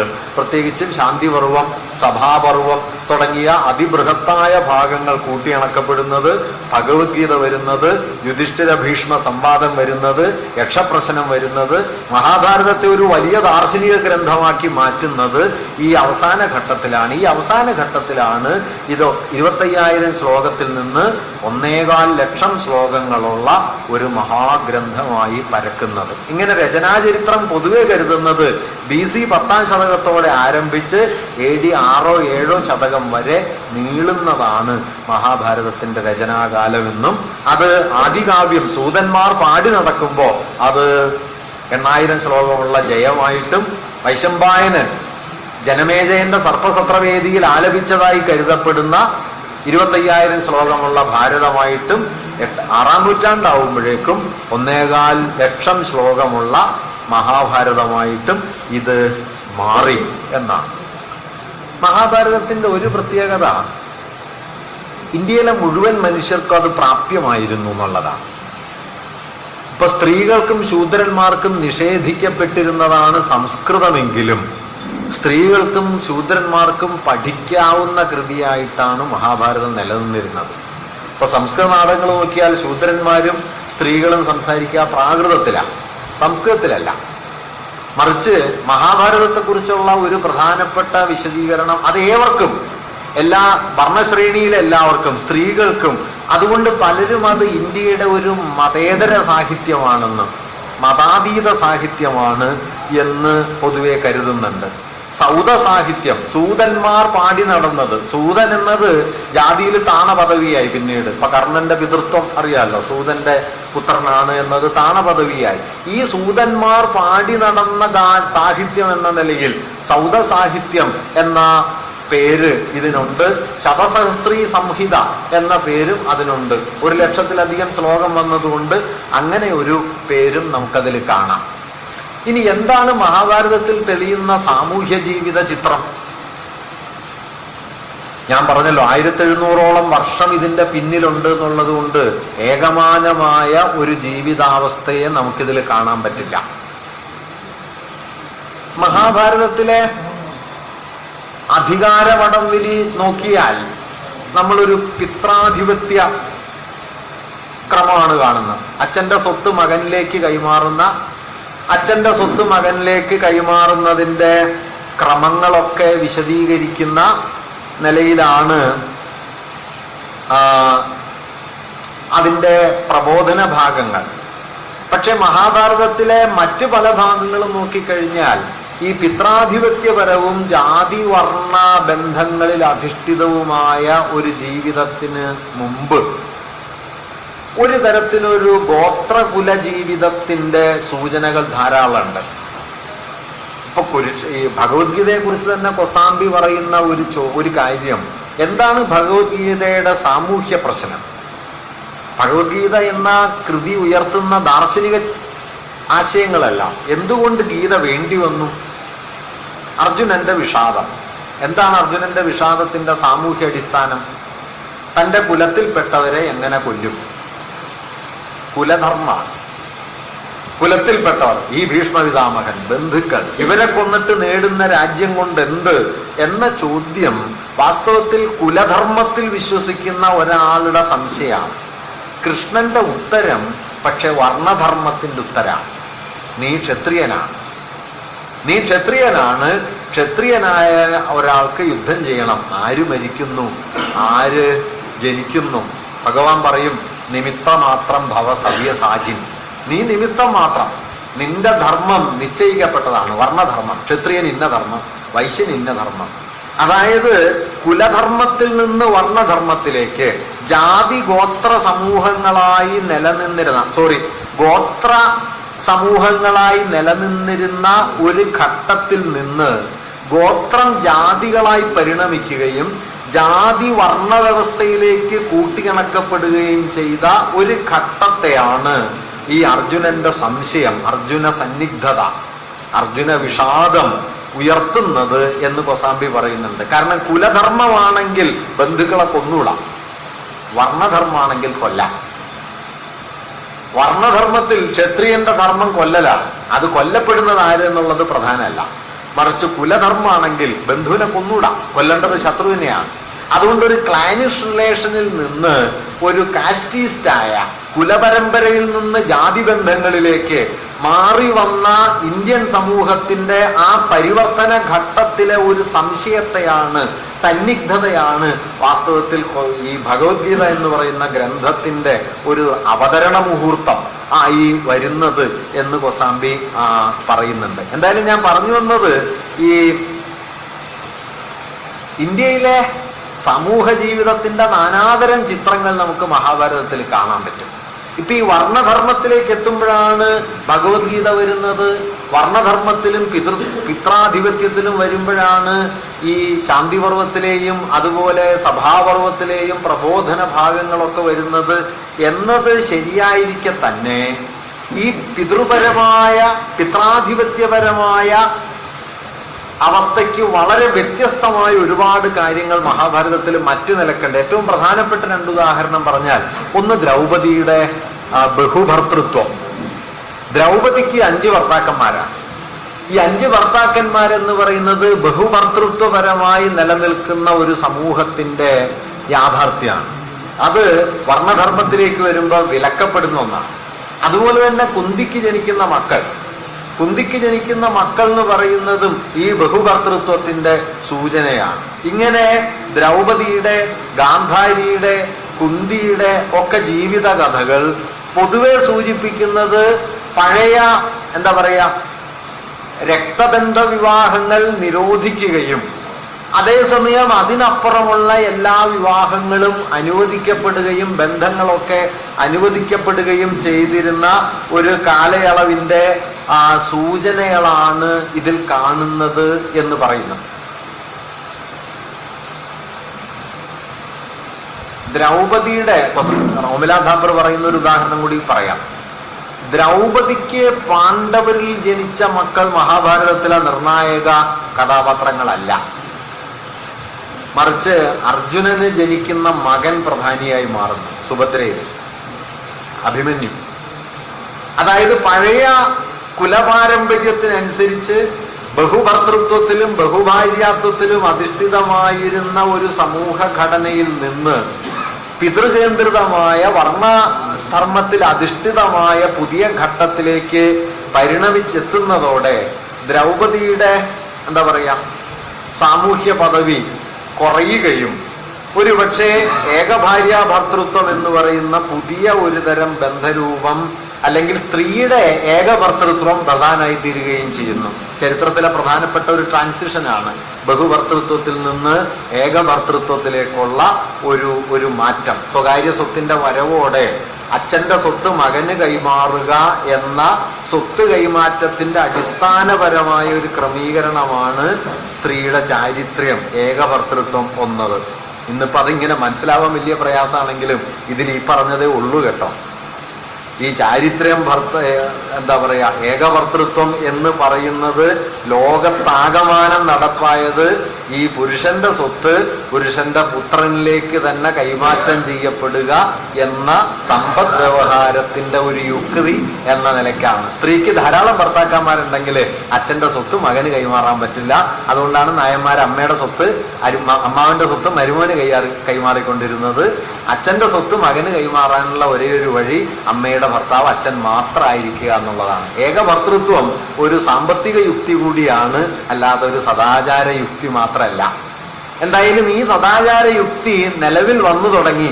അങ്ങനെ നിലവിൽ വന്നപ്പോ ബഹുഭർത്തൃത്വത്തിൽ ജനിച്ച ദ്രൗപദിയുടെ പുത്രന്മാര് പിന്നരയിലേക്ക് പോയി. ഏകഭർത്തൃത്വത്തിൽ വന്ന സുഭദ്രയുടെ മകൻ പ്രധാനിയായി തീർന്നു. വംശപരമ്പരയിൽ അയാൾ മേൽത്തട്ടിലേക്ക് വന്നു. ഞാൻ പറഞ്ഞു വന്നത്, ഇങ്ങനെ പിത്രാധിപത്യപരമായ സമൂഹത്തിന്റെ പിൽക്കാല ചിത്രത്തോടൊപ്പം പിത്രാധിപത്യം നിലവിൽ വരാത്ത പഴയ ഗണഗോത്ര ജീവിതകാലത്തിന്റെ ജീവിത ബന്ധ സൂചനകളും ധാരാളമായി മഹാഭാരതത്തിൽ കലർന്നു നിൽക്കുന്നു. അങ്ങനെ നോക്കിയാൽ മഹാഭാരതം നൽകുന്നത് എന്താണ്? ലളിതമായിട്ട് പറഞ്ഞാൽ, പഴയ ഗണഗോത്ര ജീവിതത്തിൽ നിന്ന് പുതിയ നഗര ജീവിതത്തിലേക്ക് ഇന്ത്യൻ സമൂഹം, അല്ലെങ്കിൽ വർണ്ണാശ്രമ ക്രമത്തിലേക്ക് ഇന്ത്യൻ സമൂഹം പരിവർത്തനപ്പെടുന്ന ഒരു കാലം. ഇതേത് കാലാണ്? ഏത് കാലത്തെ ഏത് യാഥാർത്ഥ്യമാണ് ഇതിൽ കാണുക എന്നാലോചിച്ചാൽ ഇന്ത്യ ചരിത്രത്തിലെ മറ്റു ചില ഒരു വസ്തുതകൾ നമ്മൾ മനസ്സിലാക്കണം. ഇന്ത്യയുടെ ചരിത്രം ആലോചിച്ചാൽ 1922 ഇൻഡസ് വാലി സിവിലൈസേഷനെ കുറിച്ചുള്ള അറിവുകൾ കിട്ടുന്നതോടെ നമ്മൾ എത്തിച്ചേരുന്ന കാഴ്ച എന്താന്ന് വെച്ചാൽ, ഇപ്പോൾ ഉള്ള കാഴ്ചപ്പാട് എന്താന്ന് വെച്ചാൽ, BC 2500 വരെ പ്രാകൃതമായ ഒരു ഗോത്ര ജീവിതാവസ്ഥയോ അതിൻ്റെ പരിഷ്കൃത രൂപങ്ങളോ ആണ് ഉത്തരഭാരതത്തിലുള്ളത്. BC 2500 തൊട്ടു മുമ്പായി ഒരു നാഗരികത വികസിക്കുന്നു. ആ നാഗരികതയാണ് ഇൻഡസ് വാലി. അതിന്റെ മെച്ചുവർ ഫേസ് എന്ന് പറയുന്നത്, ഏർലി ഫേസ് എന്ന് പറയുന്നത് BC 3000 മുതൽ 2500 വരെയാണ്. മെച്ചുവർ ഫേസ് നമ്മൾ ഹരപ്പ, മൊഹൻജദാരോ, ലോഥാൾ മുതലായ സ്ഥാനങ്ങളൊക്കെ കാണുന്നത് അതിൻ്റെ മെച്ചുവർ ഫേസിലാണ്. ഏറ്റവും പരിപക്വമായി വികസിതമായ ഹരപ്പൻ നാഗരികതയുടെ കാലം BC 2500 മുതൽ 2000 വരെയുള്ള. BC 2000 മുതൽ 1500 വരെയുള്ള കാലം അതിൻ്റെ ലേറ്റർ ഫേസ് ആണ്. ലേറ്റർ ഫേസ് എന്ന് പറഞ്ഞാൽ Indus വാലിയിലെ major cities Harappa, Mohenjodaro മുതലായവ സിന്ധു നദിയിലെ വെള്ളപ്പൊക്കവും സിന്ധു നദിയിലേക്ക് ഉപ്പ് കടലിൽ നിന്ന് ധാരാളമായി കടൽ ജലം ഉള്ളിലേക്ക് കയറി തീരപ്രദേശത്തെ ഭൂമിയിൽ ലവണാംശം കൂടി കൃഷിയോഗ്യമല്ലാതായി തീർന്നതോടെ സിന്ധു തീരവാസികൾ ഉള്ളിലേക്ക് പിൻവാങ്ങുന്നുണ്ട്. ആ പിൻവാങ്ങലാണ് ലോകത്തെ ഏറ്റവും വലിയ നാഗരികതയായി ഇൻഡസ് വാലിയെ മാറ്റിയത്. ഇന്ന് നമ്മൾ കരുതുന്ന പോലെയല്ല, 4 ലക്ഷം ചതുരശ്ര കിലോമീറ്റർ വ്യാപ്തിയിൽ പരന്നു കിടക്കുന്നുണ്ട് ഇൻഡസ് വാലി. അഫ്ഗാനിസ്ഥാന്റെ പടിഞ്ഞാറൻ അതിർത്തി മക്രാൻ മുതല് യമുനാ തീരങ്ങൾ വരെ, അതുപോലെ ജമ്മു മുതൽ വിന്ധ്യപർവ്വതത്തിന്റെ താഴ്വാരങ്ങൾ വരെ ഇന്ന് ഇൻഡസ് വാലി സൈറ്റുകൾ കണ്ടെത്തിയിട്ടുണ്ട്. ലോകത്ത് ഇത്രയും വിശാലമായ ഭൂമേഖലയിൽ പരന്നു കിടക്കുന്ന ഒരൊറ്റ നാഗരികതയും ഇല്ല. ഇതൊരേ സ്വഭാവത്തിലുള്ളതല്ല. പിൽക്കാല നാഗരികതയുടെ പ്രത്യേകത എന്താന്ന് വെച്ച് കഴിഞ്ഞാൽ, ഈ കേന്ദ്ര നാഗരികതയിൽ നിന്ന്, അതായത് ഹരപ്പ, മൊഹൻജദാരോ മുതലായ മെച്ചുവർ സൈറ്റിൽ നിന്ന് ഉള്ളിലേക്ക് നീങ്ങുന്നു.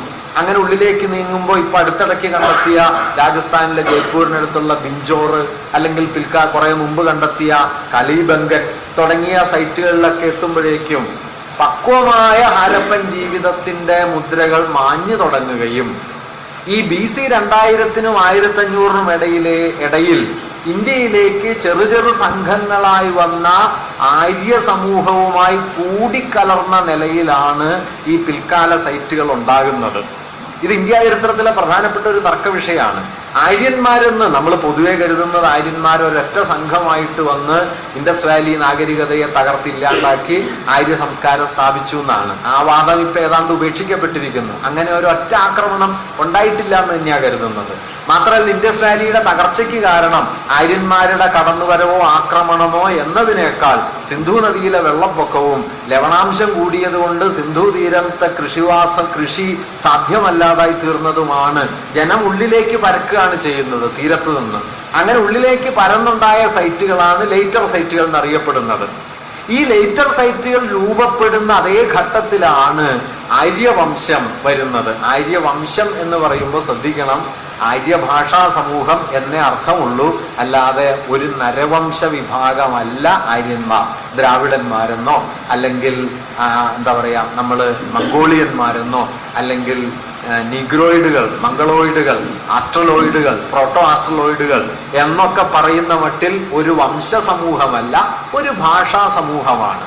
ഉസ്ബെക്കിസ്ഥാനിൽ നിന്നോ കാസ്പിയൻ കടലിന്റെ തീരത്ത് നിന്നോ കരിങ്കടലിന്റെ മേഖലയിൽ നിന്നോ മധ്യേഷ്യയിൽ നിന്ന് പൊതുവെ എന്ന് വിശ്വസിക്കപ്പെടുന്നു യാത്ര പുറപ്പെട്ട ഒരു നൊമാഡിക് സമൂഹം. നൊമാഡുകൾ എന്ന് പറഞ്ഞു കഴിഞ്ഞാൽ ആടുമാടുകളെ മേച്ച് ജീവിക്കുന്ന ഒരു പശുപാലക സമൂഹം.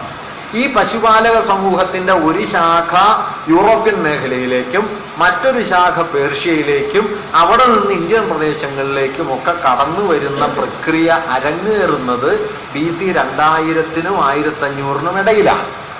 ഈ കടന്നു വന്ന സമൂഹമാണ് ആര്യ സമൂഹം. അതുകൊണ്ടാണ് ഈ ആര്യൻ എന്ന വാക്കിന് അവര് വിജയം നേടിയ എല്ലാ സ്ഥലങ്ങളിലും വിശിഷ്ടാർത്ഥം വന്നത്. ഇന്ത്യയിലും അതെ, ആര്യൻ എന്ന് പറഞ്ഞാൽ ശ്രേഷ്ഠൻ, ആര്യപുത്ര എന്നൊക്കെയാണ്. പക്ഷെ ആര്യന്മാര് തോറ്റ ഒരു സ്ഥലമുണ്ട് കേട്ടോ, അത് ഫിൻലൻഡാണ്. മറ്റേ നോർവീജിയൻ രാജ്യങ്ങളിലൊന്നായ ഫിൻലൻഡിലേക്ക് ചെന്ന ആര്യന്മാര് അവിടുത്തെ തദ്ദേശീയ ജനത തോൽപ്പിക്കുകയാണ് ചെയ്തത്. അതുകൊണ്ട് ഫിന്നിഷ് ഭാഷയില് ആര്യൻ എന്ന് പറഞ്ഞാൽ അടിമ എന്നാണ് അർത്ഥം. ശ്രേഷ്ഠ അല്ല, അടിമയാണ്. ആര്യന്മാര് തോറ്റു. മറിച്ച് പേർഷ്യയില്, ജർമ്മനിയില്, ഗ്രീസില്, യൂറോപ്യന്റെ മേഖലകളില് അല്ലെങ്കിൽ ഇന്ത്യയില് ഒക്കെ ആര്യന്മാര് മേൽക്കൈ നേടുകയും തദ്ദേശീയ സമൂഹവുമായി കൂടിക്കലർന്ന് പുതിയ സമൂഹമായിട്ട് അവർ വികസിക്കുകയുമാണ് ചെയ്തത്. ഇതില് BC 2000-നും 1500-നും ഇടയില് ആര്യ സംഘങ്ങൾ പടിപടിയായി ഇന്ത്യയിലേക്ക് വ്യാപിക്കുകയും തദ്ദേശീയ സമൂഹവുമായി കൂടിക്കലർന്ന് പുതിയ ഒരു ജീവിതക്രമം ഉണ്ടാക്കുകയും ചെയ്യുന്നു. ഈ വന്ന ആര്യന്മാരുടെ വളരെ പ്രധാനപ്പെട്ട രണ്ട് സവിശേഷതയായിട്ട് പറയുന്നത്, ഒന്ന് ഇവരുടെ കയ്യിൽ കുതിരയുണ്ട്, മറ്റൊന്ന് ഇരുമ്പിന്റെ ഉപയോഗം ഉണ്ട്. ഇരുമ്പ് വളരെ പ്രധാനമാണ്. കാരണം ഇരുമ്പില്ലാത്ത ഒരു സമൂഹത്തിനും ഇന്ത്യയിൽ വലിയൊരു കാർഷിക വ്യവസ്ഥ കെട്ടിപ്പടുക്കാൻ കഴിയില്ല. വമ്പിച്ച കാട് വെട്ടിത്തെളിച്ച് കൃഷിഭൂമിയാക്കണമെങ്കിൽ ഇരുമ്പും ഉരുക്കും ആവശ്യമാണ്. ചെമ്പുള്ള ഒരു സമൂഹത്തിന്, ലോഹമായിട്ട് ചെമ്പുള്ള ഒരു ഗ്രൂപ്പിന് ഈ കൃഷിഭൂമി ഉണ്ടാക്കാൻ പറ്റില്ല, മണ്ണിളക്കാൻ പറ്റില്ല, കാട് വെട്ടിത്തെളിക്കാൻ പറ്റില്ല. അതുകൊണ്ട് കാട് വെട്ടിത്തെളിച്ച് കൃഷിയിടങ്ങളുണ്ടാക്കി നീങ്ങുന്ന ആര്യവംശം ആണ് വാസ്തവത്തിൽ ഉത്തരഭാരതത്തിലെ വൈദിക സംസ്കാരം, വേദങ്ങൾ, ഉപനിഷത്തുകൾ, പുരാണങ്ങൾ ഒക്കെ രൂപപ്പെടുത്തിയ സമൂഹമായി മാറിയത്. ഈ ആര്യ സമൂഹത്തിന്റെ വ്യാപനഘട്ടം BC 2000 മുതൽ 1500 വരെയൊക്കെയാണ് എന്ന് പൊതുവെ കരുതുന്നു. ഈ ഘട്ടം ഹരപ്പൻ നാഗരികതയുടെ തകർച്ചയുടെ ഘട്ടമാണ്. ഈ ഘട്ടത്തിലാണ് ഋഗ്വേദത്തിലെ ആദ്യത്തെ സൂക്തങ്ങളൊക്കെ വരുന്നത്. ഇന്ന് 10 മണ്ഡലങ്ങളുള്ള ഋഗ്വേദത്തിന്റെ 2 മുതൽ 8 വരെയുള്ള മണ്ഡലങ്ങളിലെ ഭാഗങ്ങൾ ഈ ഘട്ടത്തിലേതാണ് എന്ന് കരുതുന്നു.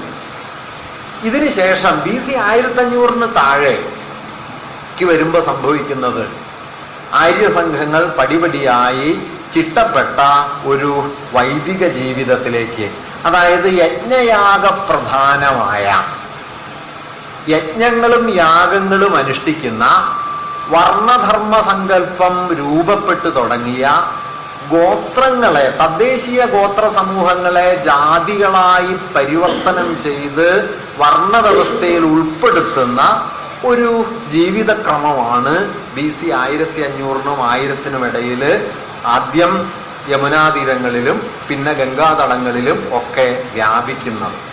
ഈ വ്യാപന ഘട്ടത്തിലാണ് ഇന്ത്യയിലെ ആദ്യത്തെ ഒരുപക്ഷെ ജനപദങ്ങൾ എന്ന് വിളിക്കുന്ന ആദ്യത്തെ ചില ഭരണകൂട രൂപങ്ങൾ ഉണ്ടാകുന്നത്. നമ്മൾ ഇന്ത്യയുടെ പ്രാചീന ചരിത്രം നോക്കുമ്പോൾ BC 10-ാം നൂറ്റാണ്ടിന് താഴെയായിട്ട് നമ്മൾ ജനപദങ്ങൾ എന്ന് പറയുന്ന ഒന്നിനെ കാണുന്നു. മഹാഭാരത യുദ്ധത്തിൽ പങ്കെടുക്കുന്നുണ്ട് ഈ ജനപദങ്ങൾ. അതിൽ വളരെ പ്രധാനപ്പെട്ടതാണ് കോസലം, കൗശംബി, അംഗം, വംഗം, മഗധ, ഗാന്ധാരം ഒക്കെ. ഗാന്ധാരാണ് ഏറ്റവും അറ്റത്തെ. ഗാന്ധാരം ഇന്ന് അഫ്ഗാനിസ്ഥാനിലാണ്. ഗാന്ധാരത്തിൽ നിന്നാണ് ഗാന്ധാരി വന്നത്. ഗാന്ധാരാണ് നമ്മുടെ ഖണ്ഡഹാറിലേക്കാണ് വിമാനം തട്ടിക്കൊണ്ടുപോയത്. അങ്ങനെ അതിനൊരു ന്യായം ഉണ്ടെന്ന് പറയാം. പ്രാചീന ഇന്ത്യയിൽ പെട്ടതാ, അതുകൊണ്ട് തട്ടിക്കൊണ്ടുപോകലല്ല. ഖണ്ഡഹാർ, അവിടെ നിന്നാണ് ഗാന്ധാരി വരുന്നത്. അങ്ങനെ ഗാന്ധാരം മുതൽ 16 മഹാജനപദങ്ങൾ പിന്നെ വികസിക്കുന്നു. ഈ ജനപദങ്ങൾ എന്ന് പറഞ്ഞാൽ ഈ വന്ന ആര്യസംഘങ്ങൾ പതിയെ പതിയെ സെറ്റിൽമെന്റുകൾ ഉണ്ടാക്കി അതൊരു ഭരണകൂട രൂപമായി അതിരുതിരിഞ്ഞ് ഇന്ന മേഖല വങ്കം, ഇന്ന മേഖല അംഗം, ഇന്നത് കൗശംബി, ഇന്നത് കോസലം എന്നിങ്ങനെ പ്രാചീന ഗോത്ര സമൂഹം ഒരു തരത്തിലുള്ള അധികാര പരിധി നിശ്ചയിച്ച് രാഷ്ട്രരൂപങ്ങൾ, ഭരണകൂട രൂപങ്ങളിലേക്ക് നീങ്ങുന്നതാണ് ജനപദങ്ങൾ. ഈ ജനപദങ്ങൾ BC 7-8 നൂറ്റാണ്ടുകളാവുമ്പോഴേക്കും മഹാജനപദങ്ങൾ എന്ന പേരിൽ ബലിഷ്ഠാവുന്നു. ഒരു പക്ഷേ മഹാഭാരതത്തിൽ നമ്മൾ കാണുന്ന കാലം ഈ BC 10-ാം നൂറ്റാണ്ടോ 11-ാം നൂറ്റാണ്ടോ മുതൽ BC 6-7 നൂറ്റാണ്ടുകൾ വരെയുള്ള ഈ ജനപദങ്ങളിൽ നിന്ന് മഹാജനപദങ്ങളിലേക്ക് ഭരണകൂട രൂപങ്ങൾ പരിവർത്തനപ്പെടുന്ന ഘട്ടത്തിലാണ് ഈ സംഘർഷം അരങ്ങേറുന്നത്. കുരു വംശത്തിനിടയിലെ സംഘർഷം അരങ്ങേറുന്നത്. ഭാരത കുരു വംശങ്ങൾ ചേർന്ന് കുരുവംശമാകുകയും അത് പാഞ്ചാലദേശത്തോട് ചേർന്ന് ശക്തി പ്രാപിക്കുകയും ചെയ്യുന്നു. തെക്ക് മധുരയോട് ഐക്യപ്പെടുന്നു, വടക്ക് പാഞ്ചാലദേശത്തോട് ഐക്യപ്പെടുന്നു. അങ്ങനെ കുരുവംശം ഒരു പ്രബല ശക്തിയായി മാറുകയും ഇതര വംശങ്ങൾക്ക് മുകളിലുള്ള ആധിപത്യത്തിലേക്ക് അവർ വികസിക്കുകയും ചെയ്യുന്നു. ഈ ഘട്ടത്തിലാണ് കുരുവംശത്തിനകത്ത് ഉള്ള ഒരു സംഘർഷമായി കൗരവ പാണ്ഡവ യുദ്ധം സംഘർഷം വികസിക്കുന്നത്. അപ്പൊ പൊതുവിൽ പറഞ്ഞാൽ ചരിത്രപരമായി മഹാഭാരതത്തിന്റെ യാഥാർത്ഥ്യം എന്തായിരിക്കാം? ചരിത്രപരമായി ഞാൻ അതിന്റെ വസ്തുതാപരമായ അടിസ്ഥാനം പറയുകയാണ്. വസ്തുതാപരമായ അടിസ്ഥാനം നോക്കിയാൽ ഏതാണ്ട് ഈ ഭരതപുരുവംശങ്ങൾ കൂടിക്കലർന്ന് കുരുവംശമാവുകയും പാഞ്ചാലരോടും മാഗധരോടും ഒക്കെ ചേർന്ന് പ്രബലമായ ഒരു ഭരണവിഭാഗമായി കുരുവംശം പരിവർത്തനപ്പെടുകയും ചെയ്യുന്നതിനിടയിൽ ഇവർക്കിടയിലുണ്ടായ വലിയൊരു ആഭ്യന്തര സംഘർഷമായിരിക്കണം നമ്മൾ കുരുക്ഷേത്ര യുദ്ധം എന്ന് മനസ്സിലാക്കുന്നത്. അത് നടന്ന യുദ്ധം തന്നെയാണ്. BC 9-ാം നൂറ്റാണ്ടിലോ 10-ാം നൂറ്റാണ്ടിനോടോ ഒക്കെ ചേർന്ന് ഇങ്ങനെ ഒരു യുദ്ധം നടന്നിട്ടുണ്ടാവണം. പിന്നീട് ഈ വംശകഥയിലേക്ക് ഇത്രയായിരിക്കാം ചരിത്ര യാഥാർത്ഥ്യം. പിന്നീട് ഈ വംശകഥയിലേക്ക് പ്രാദേശികമായ മിത്തുകൾ, ഐതിഹ്യങ്ങൾ, തത്വവിചാരങ്ങൾ ഇതൊക്കെ വലിയ തോതിൽ കൂടിക്കലർന്ന് നൂറ്റാണ്ടുകൾ, ആയിരത്താണ്ടുകൾ കൊണ്ട് നാം ഇന്ന് കാണുന്ന അതിൻ്റെ വൈപുല്യത്തിലേക്ക് എത്തിച്ചേരുകയും ചെയ്തു. അതുകൊണ്ട് ഇന്ന് കാണുന്ന വിശദാംശങ്ങളൊക്കെ അന്നുണ്ട് എന്ന് കരുതിക്കൂടാ. ഇപ്പൊ മഹാഭാരതത്തിൽ പറയുന്ന അത്രയും ഈ പറയുന്ന കുതിരയും ഈ ആനയും ഇപ്പൊ കൊസാമ്പി തന്നെ പറയുന്നുണ്ട്, വമ്പിച്ച ഒരു കുതിരപ്പടയെ കാണാനില്ല. കാരണം വമ്പിച്ച കുതിരപ്പടയുള്ള സമൂഹങ്ങളിൽ തേർത്തട്ടിലിരുന്ന് യുദ്ധം ചെയ്യുന്ന ഏർപ്പാടില്ല.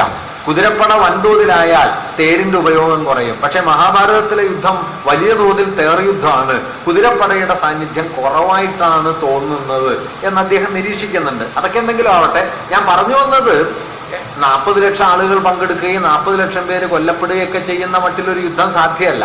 പിന്നെ മഹാഭാരതത്തിൽ പറഞ്ഞ ആയുധങ്ങളൊന്നും പ്രയോഗിക്കപ്പെടാനുള്ള സാധ്യതയില്ല. ആർക്കിയോളജിക്കലായ തെളിവുകൾ എന്താ ഉള്ളത്? ഇപ്പൊ ഹസ്തിനപുരി എന്ന് പറയുന്ന മീററ്റ്, ഇന്ദ്രപ്രസ്ഥം എന്ന് പറയുന്ന ഡൽഹി, വിരാടം എന്ന് പറയുന്ന ജയ്പൂര്, അരക്കില്ലം എന്ന് പറയുന്ന ബർണാവ, അതുപോലെ മറ്റേ ഹസ്തിനപുരി മുങ്ങിപ്പോവല്, ഇതൊക്കെ നടന്ന കാര്യങ്ങളാണ്.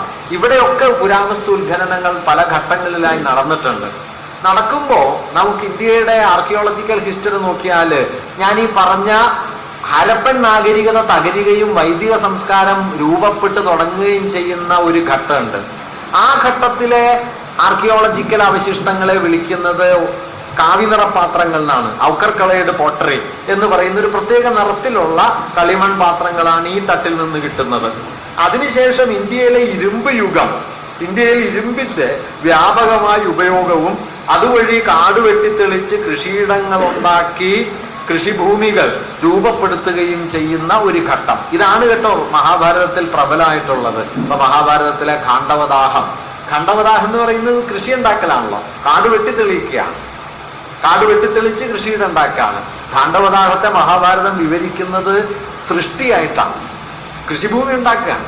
ധാരാളം കഥകളുണ്ട്. ഇപ്പൊ ശതപഥ ബ്രാഹ്മണത്തിലൊരു കഥയുണ്ട്, വിദേഹമാധവന്റെ കഥ. വിദേഹമാധവൻ എന്ന് പറയുന്ന ഒരു രാജാവ് ഗംഗാതീരത്തുകൂടെ നടക്കുന്നു. അയാൾ പ്രാർത്ഥിച്ച് അഗ്നിയെ വരുത്തുന്നു. അഗ്നി മാധവന്റെ വായിൽ കുടികൊള്ളുന്നു. അഗ്നി മാധവന്റെ നിർദ്ദേശാനുസരണം മാധവൻ ഗംഗാതീരത്തുകൂടെ നടക്കുന്നു. കാടെല്ലാം കരിഞ്ഞ് ചാമ്പലാവുന്നു. ഒരു സ്ഥലത്തെത്തുമ്പോ അഗ്നി നിൽക്കാൻ പറയുന്നു. അവിടെ നിൽക്കുന്നു. അഗ്നി അപ്രത്യക്ഷനാവുന്നു. കാട് വെട്ടിത്തെളിയിച്ച് ഗംഗാതടത്തിന്റെ തീരങ്ങളിലൂടെ കിഴക്കൻ ഗംഗാതീരങ്ങളിലേക്ക് ആര്യവംശം വ്യാപിക്കുന്നതിന്റെ പ്രതീകാത്മകമായ ഒരു വിവരണമാണ് വിദേഹമാധവന്റെ കഥ. കാണ്ഡവദാഹം എന്ന് പറയുന്നത് കൊടുങ്കാടുകൾ കത്തിച്ച് ചുട്ടു ചാമ്പലാക്കി കൃഷിയിടങ്ങൾ ഉണ്ടാക്കി പുതിയ കൃഷിഭൂമികളിലേക്ക് വളരുന്ന ആര്യ സമൂഹത്തിന്റെ കഥയാണ്. ഈ ആര്യ സമൂഹം വരുമ്പോ ഇവിടെ രണ്ട് കാര്യമുണ്ട്. തദ്ദേശീയമായ ഒരു അജപാലക സമൂഹമുണ്ട്, തദ്ദേശീയ ഗോത്ര വിഭാഗങ്ങളുണ്ട്. ഈ അജപാലക സമൂഹത്തെ ആര്യവംശവുമായി കൂട്ടിയിണക്കിക്കൊണ്ടാണ് വാസ്തവത്തിൽ ഉത്തരഭാരതത്തിൽ വർണ്ണവ്യവസ്ഥ വേരുപിടിക്കുന്നത്. ഈ കൂട്ടിയിണക്കലിലെ നായക ബിംബമാണ് കൃഷ്ണൻ. കൃഷ്ണനെ അങ്ങനെ വിശദീകരിക്കാം. കാരണം കൃഷ്ണൻ ഒരു ഭാഗത്ത് ഈ യദുകുലത്തിന്റെ നേതാവാണ്, മറുഭാഗത്ത് ഈ ആര്യ സമൂഹത്തിന്റെയും നേതാവാണ്. ഇപ്പൊ മഹാഭാരത യുദ്ധം നടത്തുന്ന കൃഷ്ണൻ വർണ്ണധർമ്മത്തിന് വേണ്ടി നിലകൊള്ളുന്ന, ബാക്കിയെല്ലാം അപ്രസക്തമാണെന്ന് പറഞ്ഞുറപ്പിക്കുന്ന കൃഷ്ണനാണ് ഗീതയിലെ കൃഷ്ണൻ. പക്ഷേ ഗോവർദ്ധനം ഉദ്ധരിക്കുന്ന കൃഷ്ണൻ ഇന്ദ്രനെ വെല്ലുവിളിച്ചുകൊണ്ട് ജനങ്ങളെ മുഴുവൻ ഗോവർദ്ധനത്തിന്റെ താഴെ സംരക്ഷിക്കുകയാണ്. ഇന്ദ്രൻ ആര്യദേവതയാണ്, കുലദേവതയാണ്. വേദത്തിലെ കുലദൈവമായിട്ടാണ് ഇന്ദ്രൻ വരുന്നത്. സാന്ദർഭികമായിട്ടൊരു കാര്യം പറയാം. ഋഗ്വേദത്തിലെ ആദ്യ ഘട്ടങ്ങളിൽ ഇന്ദ്രൻ വലിയ ദേവനല്ല. 1 10 മണ്ഡലങ്ങളിലാണ് ഇന്ദ്രന് വലിയ പ്രാധാന്യമുള്ളത്. അത് പിൽക്കാലത്തേതാണ്. 2 മുതൽ 8 വരെയുള്ള മണ്ഡലങ്ങളിൽ വളരെ പ്രധാനപ്പെട്ട ദൈവങ്ങളായി കാണുന്നത് പ്രകൃതി ദേവതകളാണ്. സൂര്യൻ, അഗ്നി, അശ്വിനി ദേവന്മാര്, അഷ്ടദിക്പാലകന്മാര്, വരുണൻ. ഭയങ്കര സോഷ്യലിസ്റ്റ് ദൈവമാണ് വരുണൻ. വരുണൻ ഒരു സ്ഥലത്ത് പറയുന്നത് ഭൂമിയിൽ പെയ്യുന്ന മഴ പോലും എല്ലാവർക്കും തുല്യമായി വീതിക്കണം എന്നൊക്കെ പറയുന്നുണ്ട്. ഇന്നിപ്പോ നമുക്കറിയാലോ വരുണൻ എന്നുള്ളത് നമ്മുടെ ഒരു ദേവതാ സങ്കല്പത്തിൽ വളരെ പിന്നിലാണ്. ഇല്ല, വരുണൻ ഒരു ക്ഷേത്രം ഇന്ത്യയിൽ ഉണ്ടോ എന്ന് സംശയമാണ്. മറിച്ച് 1-ാം മണ്ഡലവും 10-ാം മണ്ഡലവും അവസാന ഭാഗത്തുമ്പോഴേക്കും ഈ ഇന്ദ്രൻ പ്രധാനിയാവുന്നു. 10-ാം മണ്ഡലത്തിലാണ് വർണ്ണവ്യവസ്ഥയുടെ ആദ്യ സൂചനയായിട്ടുള്ള പുരുഷ സൂക്തം. എന്താണ്? വിരാട് പുരുഷന്റെ മുഖത്ത് നിന്ന് ബ്രാഹ്മണനും, ബാഹുക്കളിൽ നിന്ന് ക്ഷത്രിയനും, ഊരുക്കളിൽ നിന്ന് വൈശ്യനും, പാദങ്ങളിൽ നിന്ന് ശൂദ്രനും ജനിച്ചു എന്ന് പറഞ്ഞ് വർണ്ണധർമ്മത്തെ വ്യവസ്ഥപ്പെടുത്തുന്ന വിരാട് പുരുഷ സൂക്തം 10-ാം മണ്ഡലത്തിലാ. അത് ലേറ്റർ ഫേസിലാ. ഈ ലേറ്റർ ഫേസിലെ ആര്യദേവതയാണ് ഇന്ദ്രൻ. ഈ ഇന്ദ്രനാണ് മഴ പെയ്യിക്കുന്നത്. മഴ പെയ്യിക്കുന്ന ഇന്ദ്രനെതിരെ യാദവ വംശത്തെ രക്ഷിക്കുന്നത് മറ്റേ കൃഷ്ണനാണ്. അതേസമയം കാളിയനെ കൊല്ലുന്നത് കൃഷ്ണനാണ്. കാളിയൻ ഗോത്രദൈവമാണ്. ഗോത്രദൈവമായ കാളിയനെ കൊല്ലുന്ന കൃഷ്ണനുണ്ട്. ആ കൃഷ്ണൻ തന്നെ ആര്യനായകനായി വർണ്ണവ്യവസ്ഥയുടെ സംസ്ഥാപകനായി വരുന്നുണ്ട്. കൃഷ്ണൻ എന്ന് പറയുന്നത് ഇന്നത്തെ നിലക്ക് പറഞ്ഞു കഴിഞ്ഞാൽ ഒരു മൾട്ടി ഫാസറ്റഡ് ആയ, ചരിത്രത്തിലെ ഒരുപാട് അടരുകൾ ഒരുമിച്ച് ചേർന്നിരിക്കുന്ന ഒരു ദൈവസങ്കല്പമാണ് കൃഷ്ണൻ. ഒരുപാട് ദൗത്യങ്ങൾ കൃഷ്ണനിൽ നിറവേറ്റുന്നുണ്ട്. അദ്ദേഹം ഗോത്രാന്തകനായിട്ട് മാറുന്നുണ്ട്, യദുകുല നായകനായി മാറുന്നുണ്ട്, ആര്യവംശ നേതാവായി മാറുന്നുണ്ട്, മഹാതത്വചിന്തകനായിട്ട് മാറുന്നുണ്ട്. കൃഷ്ണന്റെ ഒരു സാധ്യത ഭയങ്കര ഗ്രേസ്ഫുള്ളായ ദൈവമായിട്ട് കൃഷ്ണൻ മാറിയത് അതുകൊണ്ടാണ്. കാരണം എങ്ങനെ വേണമെങ്കിലും സങ്കല്പിക്കാം. ഇപ്പൊ ശിവനെ ഒന്നും നിങ്ങൾക്കൊരു കുഞ്ഞായിട്ട് സങ്കല്പിക്കാൻ പറ്റില്ലല്ലോ, കാമുകനായിട്ട് സങ്കല്പിക്കാൻ പറ്റില്ല. കൃഷ്ണൻ അങ്ങനെയല്ല. കൃഷ്ണൻ ഭയങ്കര സാധ്യതയുള്ള ഒരു ദൈവമാണ്. നിൽക്കട്ടെ, ഞാൻ പറഞ്ഞു വന്നത്, അപ്പൊ ഇങ്ങനെ ഈ കോൺഫ്ലിക്റ്റിന്റെ ഘട്ടത്തിൽ കുരുവംശത്തിനിടയിൽ രൂപപ്പെട്ട ഈ സംഘർഷത്തിൽ എന്തെന്ത് ആയുധങ്ങൾ ഉപയോഗിച്ചിട്ടുണ്ട്? ഔക്കർകവയുടെ പോട്ടറിക്ക് ശേഷം ഇന്ത്യയിലെ ഇരുമ്പ് യുഗവുമായി ബന്ധപ്പെട്ട ആർക്കിയോളജിക്കൽ എവിഡൻസിനെ വിളിക്കുന്നത് പെയിന്റഡ് ഗ്രേവെയർ എന്നാണ്. ചായം പൂശിയ ചാരപാത്രങ്ങൾ എന്ന് വിളിക്കുന്ന ഈ ചായം പൂശിയ ചാരപാത്രങ്ങളുടെ തട്ടിലാണ് ഇരുമ്പ് കാണുന്നത്.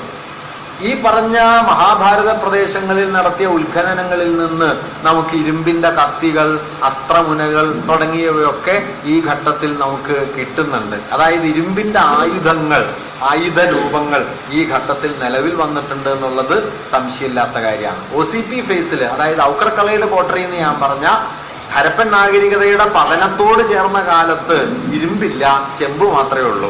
ചെമ്പ് കൊണ്ട് വലിയ ആയുധമൊന്നും ഉണ്ടാക്കാൻ പറ്റില്ല. നിങ്ങൾക്കറിയാമല്ലോ, ചെമ്പ് കൊണ്ട് ഒരു വാക്കത്തി ഉണ്ടാക്കി മരത്തിൽ വെട്ടിക്കഴിഞ്ഞാൽ വാക്കത്തി ഒടിഞ്ഞു പോകുന്നല്ലാതെ മരത്തിനൊന്നും പറ്റില്ല. കാരണം ചെമ്പിന് ബലമില്ലാത്തൊരു ലോഹമാണ്. ഇരുമ്പാണ് ബലിഷ്ഠമായ ലോകം. അതുകൊണ്ട് ഈ PWG പെയിന്റഡ് ഗ്രേവെയർ എന്ന് പറയുന്ന ചായം പൂശിയ ചാരപാത്രങ്ങളുടെ കാലത്തോട് ചേർന്നായിരിക്കണം മഹാഭാരത യുദ്ധം അരങ്ങേറിയതും അതിൻ്റെ ചരിത്രപരമായ യാഥാർത്ഥ്യം അരങ്ങേറിയതും. ബി ലാൽ എന്ന് പറയുന്ന പുരാവസ്തു ഗവേഷകൻ ഹസ്തിനപുരിയിൽ നടത്തിയ ഉത്ഖനനങ്ങളിൽ നിന്ന് അദ്ദേഹം പറയുന്നുണ്ട്, ഈ ഘട്ടമാകുമ്പോഴേക്കും ചുട്ട ഇഷ്ടികകൾ കൊണ്ട് വീട് നിർമ്മിക്കാവുന്ന നിലയിലേക്ക് ഉത്തരഭാരത ജനത വളർന്നു കഴിഞ്ഞിട്ടുണ്ട്, സെറ്റിൽമെന്റ് ആയിട്ടുണ്ട്, ഇഷ്ടിക ചുട്ടെടുക്കാൻ തുടങ്ങിയിട്ടുണ്ട്. ഇഷ്ടിക ചുട്ടെടുക്കൽ പ്രധാനമാണ് കേട്ടോ, കാരണം ചുട്ട ഇഷ്ടിക കൊണ്ട് വീടുണ്ടാക്കിയാൽ മാത്രമാണ് അത് നിലനിൽക്കുള്ളൂ, അല്ലെങ്കിൽ അടുത്ത മഴയ്ക്ക് കഴുകിപ്പോകും. ഇപ്പോൾ സംഗാലിയ എന്ന് പറയുന്ന ആർക്കിയോളജിസ്റ്റ് കൗതുകമുള്ളൊരു നിരീക്ഷണം നടത്തുന്നുണ്ട്. രാമായണത്തില് ദശരഥൻ ശ്രീരാമനെ കാട്ടിലേക്ക് അയക്കാൻ തീരുമാനിച്ചു എന്നറിഞ്ഞപ്പോ കൗസല്യ ബോധം കെട്ടു വീണു എന്ന് പറഞ്ഞതിന് ശേഷം കൗസല്യ പാംസു സ്നാനം നടത്തി എന്ന് പറയും. പാംസു സ്നാനം എന്ന് പറഞ്ഞാൽ പൊടി കൊണ്ട് മൂടിപ്പോയി, പൊടിയിൽ പൊതഞ്ഞുപോയി. അപ്പൊ സംഗാലിക ചോദിക്കണത്, എന്താണ് ഈ 7 നില മാളികയില് സ്വർണം പൂശി കൊട്ടാരത്തില് വീണിട്ട് കൗസല്യക്ക് പൊടി കൊണ്ട് മൂടിപ്പോവാൻ? എന്തിയാ പൊടി കൊണ്ട് മൂടിപ്പോവാൻ? സംഗാലികയുടെ ഉത്തരം വളരെ സിമ്പിളാണ്, ചുട്ട ഇഷ്ടിക കൊണ്ട് വീടുണ്ടാക്കി തുടങ്ങിയിട്ടില്ല. അതാണ് വീഴുമ്പോ പൊടി പൊങ്ങുന്നത്. അല്ലാതെ മാളികക്കകത്ത് പൊടി റെഡിയാക്കി വെച്ചേക്കല്ല വീഴുമ്പോ മൂടാൻ. മറിച്ച് ഇങ്ങനെയാണ് നമുക്കിതിന്റെ ചരിത്ര യാഥാർത്ഥ്യങ്ങൾ. ഇപ്പൊ മഹാഭാരതത്തിൽ നോക്കൂ നിങ്ങൾ, പല സന്ദർഭങ്ങളിലും പശു പ്രധാനമായിട്ട് വരും. ഇപ്പൊ പശു വലിയ തർക്കമാണല്ലോ, പശു പ്രധാനമായിട്ട് വരും. എന്താ പശു പ്രധാനമാവാൻ കാരണം? പശു എന്നുള്ളത് ഒരു നൊമാഡിക് സമൂഹത്തെ സംബന്ധിച്ച് സ്വത്ത് പശുവാണ്. സെറ്റിൽ ചെയ്ത് കാർഷിക സമൂഹമായി മാറിയാലാണ് സ്വത്ത് ഭൂമിയാവുള്ളൂ. ഭൂമി സ്വത്തായി തീരണമെങ്കിൽ കൃഷി വരണം, സെറ്റിൽമെന്റ് വരണം, സെറ്റിൽഡ് സിവിലൈസേഷൻ ആവണം. അതിനു മുമ്പുള്ള ഫുഡ് ഗ്യാദറേഴ്സ് എന്ന് വിളിക്കുന്ന പെറുക്കിത്തീനികളായ ഘട്ടം, അതിനുശേഷം പശുപാലക സമൂഹമായിട്ട് നടക്കുമ്പോൾ സ്വത്ത് പശുവാണ്. അതുകൊണ്ട് ദാനം കൊടുക്കുന്ന പശുവിനെയാണ്. പശുവിനെ ചൊല്ലിയാണ് വാക്കൊക്കെ. ഇപ്പൊ നമ്മുടെ ഇന്ത്യയിൽ നോക്കിയാൽ സംസ്കൃതത്തിൽ എത്രയോ വാക്കുകൾ പശുവിനോട് ബന്ധപ്പെട്ടാണ്. രാജാവിന്റെ പര്യായം ഗോപതി, രാജാവിന്റെ പര്യായം ഗോപതി. ഗോക്കൾ പാർക്കുന്ന ഇടമാണ് ഗ്രാമം, ഗോക്കൾ പാർക്കുന്നതാണ് ഗ്രാമം. പശുവിന് വേണ്ടിയുള്ള സംഘർഷം എന്നർത്ഥത്തിലാണ് യുദ്ധത്തിനെ സംഗ്രാമം എന്ന് വിളിക്കുന്നത്. പശുവിന് വേണ്ടിയാണ്. അതിഥികൾ വരുമ്പോ പശുവിനെ കൊല്ലും. അതുകൊണ്ട് കാരണം ആര് വന്നാലും കോഴിക്കാണ് കിടക്കപ്പുറത്ത് ഇല്ലായ്മ എന്ന് പറയുമല്ലോ, അതുപോലെ ആര് വന്നാലും പശുവിനെ കൊല്ലും. അതുകൊണ്ട് അതിഥിയുടെ പര്യായം സംസ്കൃതത്തിൽ ഗോഘ്നൻ എന്നാണ്, പശുവിനെ കൊല്ലുന്നവൻ ഗോഘ്നൻ. ഗോപതി അല്ലെങ്കിൽ അളവുകൾ തന്നെ ഒരു ഘട്ടത്തിൽ ഗോപുച്ഛം എന്നാണ്. ഗോപുച്ഛം പശുവിന്റെ വാല്, അതായത് ഒരു പശുവിനെ വാലിൽ പിടിച്ച് എണ്ണം പിടിക്കുന്നതാണ് ഗോപുച്ഛാണ് അളവ്. മഹാഭാരതത്തിലെ ഒരു അളവായിട്ട് വരുന്നത് ഗോപുച്ഛാണ്. അങ്ങനെ ഇപ്പൊ ഗവേഷണം എന്ന് പറഞ്ഞാൽ എന്താ? പശുവിനെ തെരഞ്ഞു പോവില്ല, കാണാതായ പശുവിനെ പുറപ്പെട്ടു പോകണതിന്റെ പേരാ ഗവേഷണം. ഇങ്ങനെ ഗോവ് എന്ന് പറയുന്നത് പ്രാചീന ഇന്ത്യൻ ജീവിതത്തിലെ വളരെ പ്രധാനപ്പെട്ട ഒരു സ്വത്ത് രൂപമാണ്. അതുകൊണ്ടാണ് വിരാടന്റെ കൊട്ടാരത്തിൽ നിന്ന് തട്ടിക്കൊണ്ടുപോകുന്നത് പശുവിനെയാണല്ലോ. മഹാഭാരതത്തിലെ അജ്ഞാതവാസകാല കഥയുണ്ടല്ലോ. പണ്ടൊരു അജ്ഞാതവാസത്തിൽ ബൃഹന്നളയായിട്ടും വലനനായിട്ടും ഒക്കെ ഭീമനും ഒക്കെ വിരാടന്റെ സദസ്സിൽ കൊട്ടാരത്തിൽ കഴിയുന്ന സമയത്ത് കൗരവന്മാർ ഇവരുണ്ടെന്ന് മനസ്സിലാക്കി തട്ടിക്കൊണ്ടുപോകുന്നത് പശുവിനെയാണ്. പശുവിനെ തട്ടിക്കൊണ്ടുപോയി പശുവിനെയാണ് തിരിച്ചു പിടിക്കാൻ ശ്രമിക്കുന്നത്. കാരണം പശുവാണ് സ്വത്ത്. അവസാനം പോലും കാണാം, കൃഷ്ണന്റെ മരണശേഷം 16,008 ഭാര്യമാരെയും ഗോക്കളെയും കൂട്ടി മടങ്ങി വരുന്ന അർജുനനെ ആക്രമിച്ച് തട്ടിക്കൊണ്ടുപോകുന്നത് പശുവിനെയാണ്. പശു സ്വത്താണ്. ഇത് പഴയ കാലത്തെ കഥകളും പുതിയ കാലവും കൂടി കൂടിക്കലരുമ്പോൾ ഈ പശു സ്വത്തായിരുന്ന പഴയ നൊമാഡിക് ഫേസിലെ സൂചനകൾ ടെക്സ്റ്റിലുടനീളം ബാക്കി നിൽക്കുകയാണ്. അതുകൊണ്ടാണ് പുതിയ സ്വത്ത്, സ്വർണം, നാണയം ഇതൊക്കെ വന്നതിന് ശേഷവും പിന്നീടും പശു കയറി വരുന്നത്. അങ്ങനെ പശു കൂടിക്കലർന്ന് നിൽക്കുന്നത് ഈ നൊമാഡിക് ഫേസിൽ നിന്ന് അഗ്രേറിയൻ ഫേസിലേക്കുള്ള ട്രാൻസിഷന്റെ ചരിത്രം ഇതിന്റെ ഉള്ളിൽ ഒളിഞ്ഞു കിടക്കണോണ്ടാണ്. അങ്ങനെ ഈ ട്രാൻസിഷന്റെ ചരിത്രം ഇപ്പൊ ഞാൻ പറഞ്ഞു വന്നത്, ഈ പശുപാലക സമൂഹമായി ഗോത്രാവസ്ഥയിൽ നിന്ന് നാഗരിക ജീവിതത്തിലേക്ക് പരിണമിച്ച ആര്യവംശ സമൂഹത്തിന്റെ ആഭ്യന്തര സംഘർഷങ്ങളുടെ കഥ കൂടിയായിട്ടാണ് മഹാഭാരതം വരുന്നത്. അങ്ങനെ നോക്കിയാൽ മഹാഭാരതത്തിന്റെ ചരിത്ര ഭൂമിക എന്താണെന്ന് ചോദിച്ചാൽ നമുക്ക് സാമാന്യമായിട്ട് ഇത്രയും പറയാം.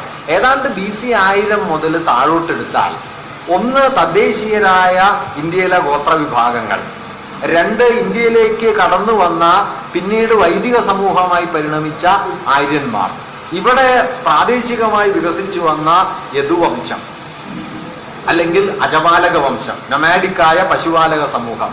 ഈ 3 വിഭാഗങ്ങൾ തമ്മിലുള്ള ആഭ്യന്തര വിനിമയങ്ങളും ഈ ആഭ്യന്തര വിനിമയങ്ങളിലൂടെ പഴയ ഗണഗോത്ര ജീവിതത്തിൽ നിന്ന് ജനപദങ്ങളിലേക്കും മഹാജനപദങ്ങളിലേക്കും പരിണമിച്ച് ഭരണകൂട രൂപങ്ങളിലേക്കുള്ള ഇന്ത്യൻ സമൂഹത്തിന്റെ പരിവർത്തനവും കൂടി ചേർന്ന ഒരു ഭൗതിക പരിസരമാണ് മഹാഭാരതത്തിന്റെ സാമൂഹ്യ യാഥാർത്ഥ്യം എന്ന് വേണമെങ്കിൽ പറയാം. ഈ സാമൂഹ്യ അടിത്തറയിൽ നിന്നാണ് അത് പൊട്ടിക്കിളിർത്തത്. അങ്ങനെ പൊട്ടിക്കിളിർത്ത കാവ്യത്തിലേക്ക് പിന്നീട് ധാരാളമായി ഓരോ കാലത്തെയും അറിവുകൾ കൂട്ടിച്ചേർക്കപ്പെട്ടു. എല്ലാ അറിവുകളും അതത് കാലത്തുണ്ടായ എന്താ പറയുക, യുദ്ധകർമ്മങ്ങൾ, രാഷ്ട്രഭരണം. ഇപ്പം അർത്ഥശാസ്ത്രം പറയുന്ന ഏതാണ്ട് എല്ലാ കാര്യങ്ങളും മഹാഭാരതത്തിലുണ്ട്. അർത്ഥശാസ്ത്രം, ഭരണകൂട സംവിധാനങ്ങളായി പറയുന്ന മിക്കവാറും എല്ലാ കാര്യങ്ങളും യുധിഷ്ഠിര ഭീഷ്മ സംവാദം എന്ന ഭാഗത്ത് നമുക്ക് കാണാൻ പറ്റും. അല്ലെങ്കിൽ യുദ്ധത്തിന്റെ വർണ്ണന, യുദ്ധ സൈന്യ വിന്യാസം. ഇപ്പൊ യുദ്ധത്തിൽ എങ്ങനെയാണ് സൈന്യത്തെ വിന്യസിക്കേണ്ടത്, എങ്ങനെയാണ് ദളങ്ങളെ വികസിപ്പിക്കേണ്ടത് എന്നൊക്കെയുള്ള ധാരാളം കാര്യങ്ങൾ നമുക്ക് ഇതിനകത്ത് കാണാൻ പറ്റും. അവിടെയും ശ്രദ്ധിക്കണം കേട്ടോ, അക്ഷൗഹിണി എന്ന പദം പാണിനിയിലില്ല. പാണിനി, സംസ്കൃതത്തിന്റെ വ്യാകരണം എഴുതിയ പാണിനി BC 6-ാം നൂറ്റാണ്ടിലാണ്. പാണിനിക്ക് അക്ഷൗഹിണി എന്ന വാക്ക് അറിഞ്ഞൂടാ. അതേസമയം BC 4-ാം നൂറ്റാണ്ടിൽ പാണിനിക്ക് ശേഷം ഒരു 2 നൂറ്റാണ്ട് ശേഷം ജീവിച്ച കാത്യായനൻ അക്ഷൗഹിണിയെ കുറിച്ച് പറയുന്നുണ്ട്. അതിന്റെ അർത്ഥം ഈ അക്ഷൗഹിണി എന്ന സങ്കല്പവും ഈ 18 അക്ഷൗഹിണിയും മഹാഭാരത യുദ്ധത്തിന്റെ ഈ വിശദ വർണ്ണനയും ഒക്കെ BC 6-ാം ശതകത്തിനും ശേഷം മഹാഭാരതത്തിൽ വന്നതാണ്. അതിനു മുമ്പില്ല. മുമ്പ് വന്നിട്ടുണ്ടെങ്കിൽ പാണിനി അറിയും. പാണിനി അറിയാത്തൊരു സംസ്കൃത വാക്കില്ല. പാണിനി ചേർത്തില്ല എന്നുള്ളതിന്റെ അർത്ഥം അന്നീ വാക്കില്ല. മഹാഭാരതത്തിൽ അന്ന് പരാമർശിക്കുന്ന വാക്കുകൾ പാണിനിക്കറിയാം. പത്തി, ഗുൽമ എന്നൊക്കെയുള്ള വാക്കുകൾ മഹാഭാരതത്തിലുണ്ട്. അത് പാണിനി പറയുന്നുണ്ട്, അക്ഷൗഹിണി പറയുന്നില്ല. ഞാൻ പറഞ്ഞു വന്നത്, ഇങ്ങനെ വികസിച്ചു വരുന്ന യുദ്ധ സംവിധാനങ്ങൾ അപ്പപ്പ് ഇൻകോർപ്പറേറ്റ് ചെയ്യപ്പെടുന്നു. ധർമ്മ ചർച്ചകൾ ഇൻകോർപ്പറേറ്റ് ചെയ്യപ്പെടുന്നു. അല്ലെങ്കിൽ ഭരണത്തെയോ നീതി നിർവഹണത്തെയോ തത്വചിന്താപരമായ ആശയങ്ങളെയോ ഒക്കെ ഇൻകോർപ്പറേറ്റ് ചെയ്യുന്നു. അവസാനം ഒരുപക്ഷെ ക്രിസ്തുവർഷം 4-ാം നൂറ്റാണ്ടോടെ അതുവരെ ഉണ്ടായപ്പെട്ട എല്ലാ താത്വിക ആശയങ്ങളെയും ക്രോഡീകരിച്ചുകൊണ്ട് സാഖ്യത്തെയും യോഗത്തെയും ഒരുപക്ഷെ നാസ്തിക ദർശനങ്ങളിലെ ആശയങ്ങളെ പോലും ക്രോഡീകരിച്ചുകൊണ്ട് എല്ലാ ദർശനങ്ങളുടെയും സർവദർശന സംഗ്രഹം എന്ന മട്ടിൽ ഭഗവത്ഗീത വരുന്നു. ഭഗവത്ഗീത ഏകാത്മക സ്വഭാവമുള്ളൊരു ടെക്സ്റ്റ് അല്ല കേട്ടോ. എന്താണ് ഭഗവത്ഗീത പറയണതെന്ന് ചോദിച്ചു കഴിഞ്ഞാൽ വലിയ കുഴഞ്ഞ കേസാണ്. അതുകൊണ്ടാണ് മഹാത്മാഗാന്ധി ഒരു നിലയ്ക്കും ബാലഗംഗാധരതിലകൻ മറ്റൊരു നിലയ്ക്കും 10 കൊല്ലത്തിന്റെ വ്യത്യാസം കൊണ്ടാണ് പറഞ്ഞത്. തിലകൻ ഗീതാരഹസ്യം എഴുതിയിട്ട് പറഞ്ഞത്, എന്ത് വില കൊടുത്തായാലും അധർമ്മത്തോട് ഏറ്റുമുട്ടണം, ആയുധമെടുത്തായാലും പോരാടണം എന്നാണ് ഗീതാരഹസ്യം. ഗംഭീര വർക്കാണ് കേട്ടോ. തിലകൻ മഹാജ്ഞാനിയാണ്. കുറച്ചു കൊല്ലം കഴിഞ്ഞപ്പം ഗാന്ധി ഗീതാരഹസ്യം ഗീതാവ്യാഖ്യാനം എഴുതി. അതിന്റെ പേര് അനാസക്തി യോഗം എന്നാണ്. അതില് ഗാന്ധി പറയുന്നുണ്ട്, ഗീതയിലാകെ 2-ാം അധ്യായത്തിൽ 55 ശ്ലോകങ്ങളെ പരിഗണനാർഹമായുള്ളൂ. ഈ 55 ശ്ലോകങ്ങളിൽ കൃഷ്ണൻ 2 കാര്യങ്ങളെ പറയുന്നുള്ളൂ. ഒന്ന് നിഷ്കാമകർമ്മം, മറ്റൊന്ന് സ്ഥിതപ്രജ്ഞത്വം. പറഞ്ഞത് ചെയ്യാം, ഉറച്ചു നിൽക്കാം. സ്ഥിതപ്രജ്ഞൻ, ഉറച്ചു നിൽക്കാം. നിഷ്കാമകർമ്മം, ഫലം മോഹിക്കാതിരിക്കുക, ചെയ്യുക. ഈ 2 തത്വങ്ങളേ ഉള്ളൂ. ബാക്കിയൊക്കെ ഗാന്ധി പറയണ ഇന്ന് പറയാൻ പറ്റാത്തൊരു വാചകമാണ്. ബാക്കിയുള്ള ഭാഗങ്ങളിൽ കൃഷ്ണൻ എന്തൊക്കെയോ പറയുന്നുണ്ട്, അതൊന്നും കാര്യമാക്കേണ്ടതില്ല. ഇന്നങ്ങനെ പറഞ്ഞാൽ ജീവിച്ചു പോകാൻ പാടാ. ഗാന്ധിയാ പറയുന്നത്. ഇർഫാൻ ഹബീബ് ഭഗവത്ഗീതയിൽ അഹിംസ ഉണ്ടെന്നാണ് ഗാന്ധിയുടെ വാദം. പറയാവുന്നതിൽ വെച്ച് ഏറ്റവും വലിയ അക്രമമാണ്. കാരണം യുദ്ധം ചെയ്യാൻ വയ്യ എന്ന് പറഞ്ഞ് മോഹാലിസ്യപ്പെട്ടു പോയ ഒരാളെ എഴുന്നേൽപ്പിച്ച് യുദ്ധം ചെയ്യിച്ച കൃതിയാണല്ലോ ഭഗവത്ഗീത. അതാണല്ലോ സന്ദർഭം. അർജുനൻ പറഞ്ഞത്, ഈ ബന്ധുക്കളെ കൊന്ന്, ഈ രക്തമൊഴുക്കി ഈ പിതാമഹനെയും ബന്ധുക്കളെയും കൊന്നു നേടുന്ന വിജയം കൊണ്ട് എന്ത് കാര്യം കൃഷ്ണ എന്ന് ചോദിച്ചപ്പോഴാണ് പറഞ്ഞത്, നിമിത്തം മാത്രം ഭവ സഖ്യ സാജിൻ, നീ നിമിത്തം മാത്രം, മറ്റൊന്നുമില്ല, തീരുമാനിക്കപ്പെട്ടതാണ് എന്ന് പറഞ്ഞ് യുദ്ധം ചെയ്യിച്ച് കൂട്ടക്കൊല ഉണ്ടാക്കിയ കൃതിയാ ഒരർത്ഥത്തിൽ. അതുകൊണ്ടാണ് വിജയ് ടെണ്ടുൽക്കർ പറയണത്, ഗീതയില്ലാത്തൊരു ഭാരതം വേണം. ഗീതയില്ലാത്ത ഭാരതം എന്ന് പറഞ്ഞു കഴിഞ്ഞാൽ അർത്ഥം എത്ര വലുതാണെന്നറിയാം. യുദ്ധമില്ലാത്ത ഭാരതം എന്നാണ് വിജയ് ടെണ്ടുൽക്കർ അങ്ങനെ പറയുന്നുണ്ട്. എന്തായാലും ഈ ഭഗവത്ഗീതയെ പക്ഷേ അഹിംസയാണ് എന്ന് ഗാന്ധി പറഞ്ഞു. ഇർഫാൻ ഹബീബ് പറയുന്നുണ്ട്, ഗീതയിൽ ഇല്ലാത്തത് മുഴുവൻ ഗാന്ധി ഗീതയിൽ കണ്ടുപിടിച്ചു. അങ്ങനെ കണ്ടുപിടിക്കാൻ പാകത്തിനുള്ള ഒരു ടെക്സ്റ്റാ ഗീത. കാരണം ഗീത അന്ന് നിലനിൽക്കുന്ന എല്ലാ ആശയങ്ങളെയും ഇൻകോർപ്പറേറ്റ് ചെയ്യുന്നു. ഈ ഭഗവത്ഗീത ക്രിസ്തുവർഷം 4-ാം നൂറ്റാണ്ടിലോ 5-ാം നൂറ്റാണ്ടിലോ ആയിരിക്കും മഹാഭാരതത്തിൽ വന്നുകൂടിയത് എന്നാണ് കരുതപ്പെടുന്നത്. ഗീതയ്ക്ക് ശേഷവും പിന്നെ ഒരു ഗീത ഉണ്ട് കേട്ടോ, അനുഗീത. അനുഗീതയിൽ കൃഷ്ണനോട് അർജുനൻ പറയുന്നുണ്ട്, ഭഗവാനെ കൃഷ്ണ അന്ന് പറഞ്ഞതൊക്കെ മറന്നുപോയി, അതുകൊണ്ട് ഒന്നുകൂടി ഉപദേശിക്കണം എന്ന് പറഞ്ഞ് കൃഷ്ണൻ ഒന്നുകൂടി ഉപദേശിക്കേണ്ട. ആകെയുള്ള വ്യത്യാസം എന്താണെന്ന് വെച്ച് കഴിഞ്ഞാൽ വർണ്ണധർമ്മവും ജാതി വ്യവസ്ഥയും ഒക്കെ കുറെ കൂടി കർക്കശായി. വൈദിക ബ്രാഹ്മണ്യത്തിനും ബ്രാഹ്മണാധികാരത്തിനും വൻതോതിലൊരു മേൽക്കോയ്മ കിട്ടി. അങ്ങനെ ഒരു മേൽക്കോയ്മയിലേക്കാണ് അനുഗീത പോകുന്നത്. അതായത് ഗുപ്തകാലാനന്തരം പഴയ വൈദിക മതം ബൗദ്ധ ജൈന മതങ്ങളെ തകർത്തുകൊണ്ട് പുതിയ ഹൈന്ദവ മതമായി ഹിന്ദു മതമായി ശക്തിപ്പെട്ട ഘട്ടത്തിലായിരിക്കണം അനുഗീത എന്ന ഭാഗം മഹാഭാരതത്തിൽ അവസാനമായിട്ട് വന്നത്. അങ്ങനെ ബ്രാഹ്മണാധിപത്യത്തിന്റെ ഒരു സമ്പൂർണ്ണാധിപത്യം സ്വരം നമുക്ക് അനുഗീതയിൽ കേൾക്കാം. എന്തായാലും ഞാൻ പറഞ്ഞു വന്നത്, ഇങ്ങനെ ആ കാലയളവിലുണ്ടായ മുഴുവൻ സംഗതികളെയും ഒരു ഭാഗത്ത് മഹാഭാരതം കൂട്ടിയിണക്കി. അതുകൊണ്ടാണ് മഹാഭാരതത്തിന്റെ ഫലശ്രുതി ഇങ്ങനെയായി തീർന്നത്. യതിഹാസ്തി തദന്യത്ര എന്നെ ഹാസ്തി ന തത്വജിൽ. ഇതിലുള്ളത് ലോകത്ത് പലയിടത്തും കാണാം, ഇതിലില്ലാത്തത് ലോകത്തെവിടെയും ഇല്ല. അത് വെറും ഒരു പ്രസ്താവനയല്ല. കാരണം 1500 കൊല്ലം ഇന്ത്യ എന്തൊക്കെ ഉണ്ടാക്കിയോ അത് മുഴുവൻ മഹാഭാരതത്തിലുണ്ട്. എന്തൊക്കെ ഉണ്ടാക്കിയോ അത് മുഴുവൻ.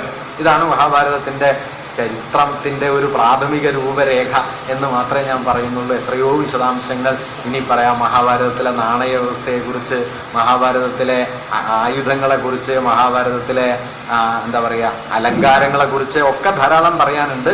ഞാൻ തൽക്കാലം അവിടെ നിർത്തുകയാണ്. ഒരു ചെറിയ ഭാഗം കൂടി പറഞ്ഞിട്ട് അവസാനിപ്പിക്കാം. ഇങ്ങനെയുള്ള മഹാഭാരതം എന്താണ് നമ്മോട് പറയുന്നത്? എന്താണ് മഹാഭാരതത്തിന്റെ ജീവിത ദർശനം? കുട്ടികൃഷ്ണ മാരാര് ഭാരതപര്യടനം എന്നൊരു പുസ്തകം. ഭാരതപര്യടനത്തിൽ മാരാര് മഹാഭാരതത്തിലെ ഏറ്റവും പ്രധാനപ്പെട്ട ചില ഭാഗങ്ങൾ എടുത്തു ചേർത്ത് അവസാനം കൊടുത്തിട്ടുണ്ട്. പ്രധാനമെന്ന് അദ്ദേഹം കരുതിയ ശ്ലോകങ്ങൾ മഹാഭാരതത്തിലുടനീളം. മഹാഭാരതം അവസാനിക്കുമ്പോൾ വ്യാസന്റെ ഒരു വലിയ വിലാപമുണ്ട്. എന്താണ്? ഊർധബാഹുർ വിരൗമ്യേഷ്യ നച കശ്ചിൽ ശൃണോതിമ.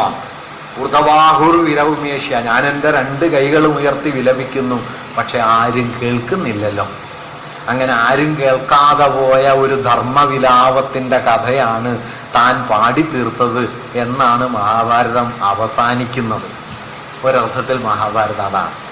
ആരും കേൾക്കാതെ പോയ ഒരു മഹാവിലാപത്തിന്റെ കഥയാണ് മഹാഭാരതം. ഞാൻ 1-2 കാര്യങ്ങൾ പറയാം. 40 ലക്ഷം പേർ പങ്കെടുത്ത യുദ്ധം, 18 അക്ഷൗഹിണി. 18-ാം ദിവസം കഴിഞ്ഞ് യുദ്ധം കഴിഞ്ഞ് 19-ാം ദിവസം നേരം പുലരുമ്പോൾ ഈ 40 ലക്ഷത്തിൽ എത്ര പേർ ബാക്കിയുണ്ട്? 9 പേരാണ് ബാക്കിയുള്ളത്. പാണ്ഡവപക്ഷത്ത് 6 പേര്, പഞ്ചപാണ്ഡവന്മാരും സാത്യകി എന്ന യദുവംശ നായകനും. കൗരവപക്ഷത്ത് 3 പേര്, അശ്വത്ഥാമാവ്, കൃപര്, കൃതവർമാവ്. 18-ാം ദിവസം രാത്രി പാണ്ഡവന്മാർ ഉറങ്ങിക്കിടക്കെ പടകുടീരങ്ങൾ ആകമാനം തീയിട്ട് ചുട്ട് പാണ്ഡവംശത്തെ മുഴുവൻ സൈന്യത്തെയും കൊന്നൊടുക്കി ഇല്ലാതാക്കിക്കൊണ്ടാണ് 19-ാം ദിവസം നേരം പുലരുന്നത്. നോക്കൂ, 40 ലക്ഷം പേർ പങ്കെടുത്ത യുദ്ധം. 19-ാം ദിവസം നേരം പുലരുമ്പോൾ ആകെ അവശേഷിക്കുന്നത് 9 പേർ. ജയിച്ച പക്ഷത്ത് 6 പേർ, തോറ്റ പക്ഷത്ത് 3 പേർ. അതാണ് മഹാഭാരതത്തിൽ പറയുന്നത്, ജയോയം അജയാകാരോ ജയസ്തസ്മാൽ പരാജയ. ജയം തന്നെയാണ് അജയം, ജയം തന്നെ പരാജയം. പരാജയത്തെക്കാൾ ജയത്തെക്കാൾ വലിയ പരാജയമൊന്നുമില്ല. 18-ാം ദിവസം യുദ്ധം കഴിഞ്ഞ് 19-ാം ദിവസം നേരം പുലർന്നു. മരിച്ചവർക്ക് തർപ്പണം ചെയ്യുക, ബലിയിടുക. യുധിഷ്ഠിരൻ ബലിക്കൊരുങ്ങുന്നു. കുന്തി വന്ന് പറയും, കർണന് ബലിയിടണം, കർണന് ബലിയിടണം. അപ്പൊ അത്ഭുതത്തോടെ യുധിഷ്ഠിരൻ ചോദിക്കും, അതെന്തിന്? ഇപ്പൊ പറയും, ജ്യേഷ്ഠപാണ്ഡവനാണ് കർണൻ, ജ്യേഷ്ഠപാണ്ഡവനാണ്. താൻ ആരുടെ മരണത്തിന് വേണ്ടിയാണോ കഴിഞ്ഞ എത്രയോ ദശകങ്ങളായി കാത്തുകാത്തിരുന്നത്, ആരുടെ വീര്യമാണോ തൻ്റെ ഉറക്കത്തെ ഇത്രകാലം അത്രയും കെടുത്തിക്കൊണ്ടിരുന്നത്, ആരുടെ മരണമാണോ ജീവിതത്തിൽ ഏറ്റവും അധികം ആഗ്രഹിച്ചത്, അയാളാണ് ജ്യേഷ്ഠ പാണ്ഡവൻ എന്നറിയുന്നതോടെ ഈ വിജയം എത്ര നിരർത്ഥകായിത്തീരുന്നു. ഇങ്ങനെ എല്ലാ വിജയസ്ഥാനങ്ങളും പരാജയമായിത്തീരുന്നു. മഹാഭാരതത്തിൽ നിങ്ങൾ എവിടെ നോക്കിയാലും ധർമ്മം എന്ന് നമ്മൾ കരുതുന്നിടത്തൊക്കെ അധർമ്മം ഉണ്ടാവും. അശ്വത്ഥാമാവ് മരിച്ചു എന്ന് പറയാം. അശ്വത്ഥാമാവ് മരിച്ചിട്ടില്ല. ദ്രോണര് അതിഭീകരമായി യുദ്ധം ചെയ്യുന്നു, തോൽപ്പിക്കാൻ വയ്യ. കൃഷ്ണൻ ഭീമനോട് പറഞ്ഞു, അശ്വത്ഥാമാവ് മരിച്ചു എന്ന് പറയൂ. അപ്പൊ ഭീമൻ ചോദിച്ചു, അതെങ്ങനെ? അപ്പോ കൃഷ്ണൻ കാണിച്ചു കൊടുത്തു, ഈ ആനയെ കൊല്ലും. ഗതയെറിഞ്ഞു കൊന്നു. കൃഷ്ണൻ പറഞ്ഞു, ഈ ആനയുടെ പേര് അശ്വത്ഥാമാവെന്നാണ്. പറയും, അശ്വത്ഥാമാവ് മരിച്ചു. അപ്പൊ ഭീമൻ ആർത്തു വിളിച്ചു, അശ്വത്ഥാമാവ് മരിച്ചു. ദ്രോണരുടെ അടുത്ത് എന്ന് അട്ടഹസിച്ചു. അപ്പൊ ദ്രോണർക്കറിയാം അശ്വത്ഥാമാവിനെ കൊല്ലാൻ പറ്റില്ല, അശ്വത്ഥാമാവ് പരാക്രമിയാണ്. പക്ഷെ ഭീമൻ പറയുന്നല്ലോ. അപ്പൊ സത്യം മാത്രം പറയുന്ന ഒരാളുണ്ട്, ധർമ്മപുത്രൻ. ധർമ്മപുത്രരുടെ അടുത്തേക്ക് തേര് ഓടിച്ചു. ധർമ്മപുത്രരുടെ അടുത്ത് ചോദിച്ചു, അശ്വത്ഥാമാവ് മരിച്ചോ? ധർമ്മപുത്രർ പറഞ്ഞു, അശ്വത്ഥാമാ ഹത എന്നുറക്കെ പറഞ്ഞു. കുഞ്ചര, അതൊരാനയായിരുന്നു എന്ന് പതുക്കെ പറഞ്ഞു.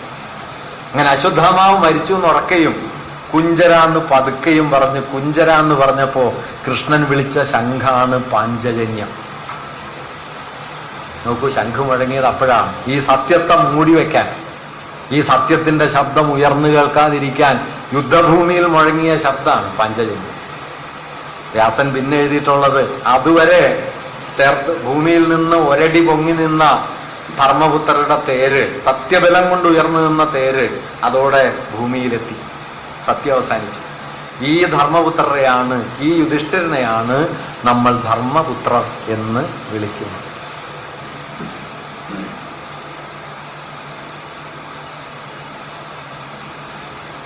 പതിനെട്ടാം ദിവസം യുദ്ധത്തിന്റെ അവസാനം തോറ്റ ദുര്യോധനൻ ഒരു കയത്തിൽ ഒളിച്ചിരിക്കുകയാണ്. പാണ്ഡവരും കൃഷ്ണനും ചെന്ന് വെല്ലുവിളിക്കുന്നു, നീ പുറത്തു വന്ന് ഞങ്ങളിൽ ആരോട് വേണമെങ്കിലും നിനക്ക് യുദ്ധം ചെയ്യാം, നിനക്ക് തിരഞ്ഞെടുക്കാം.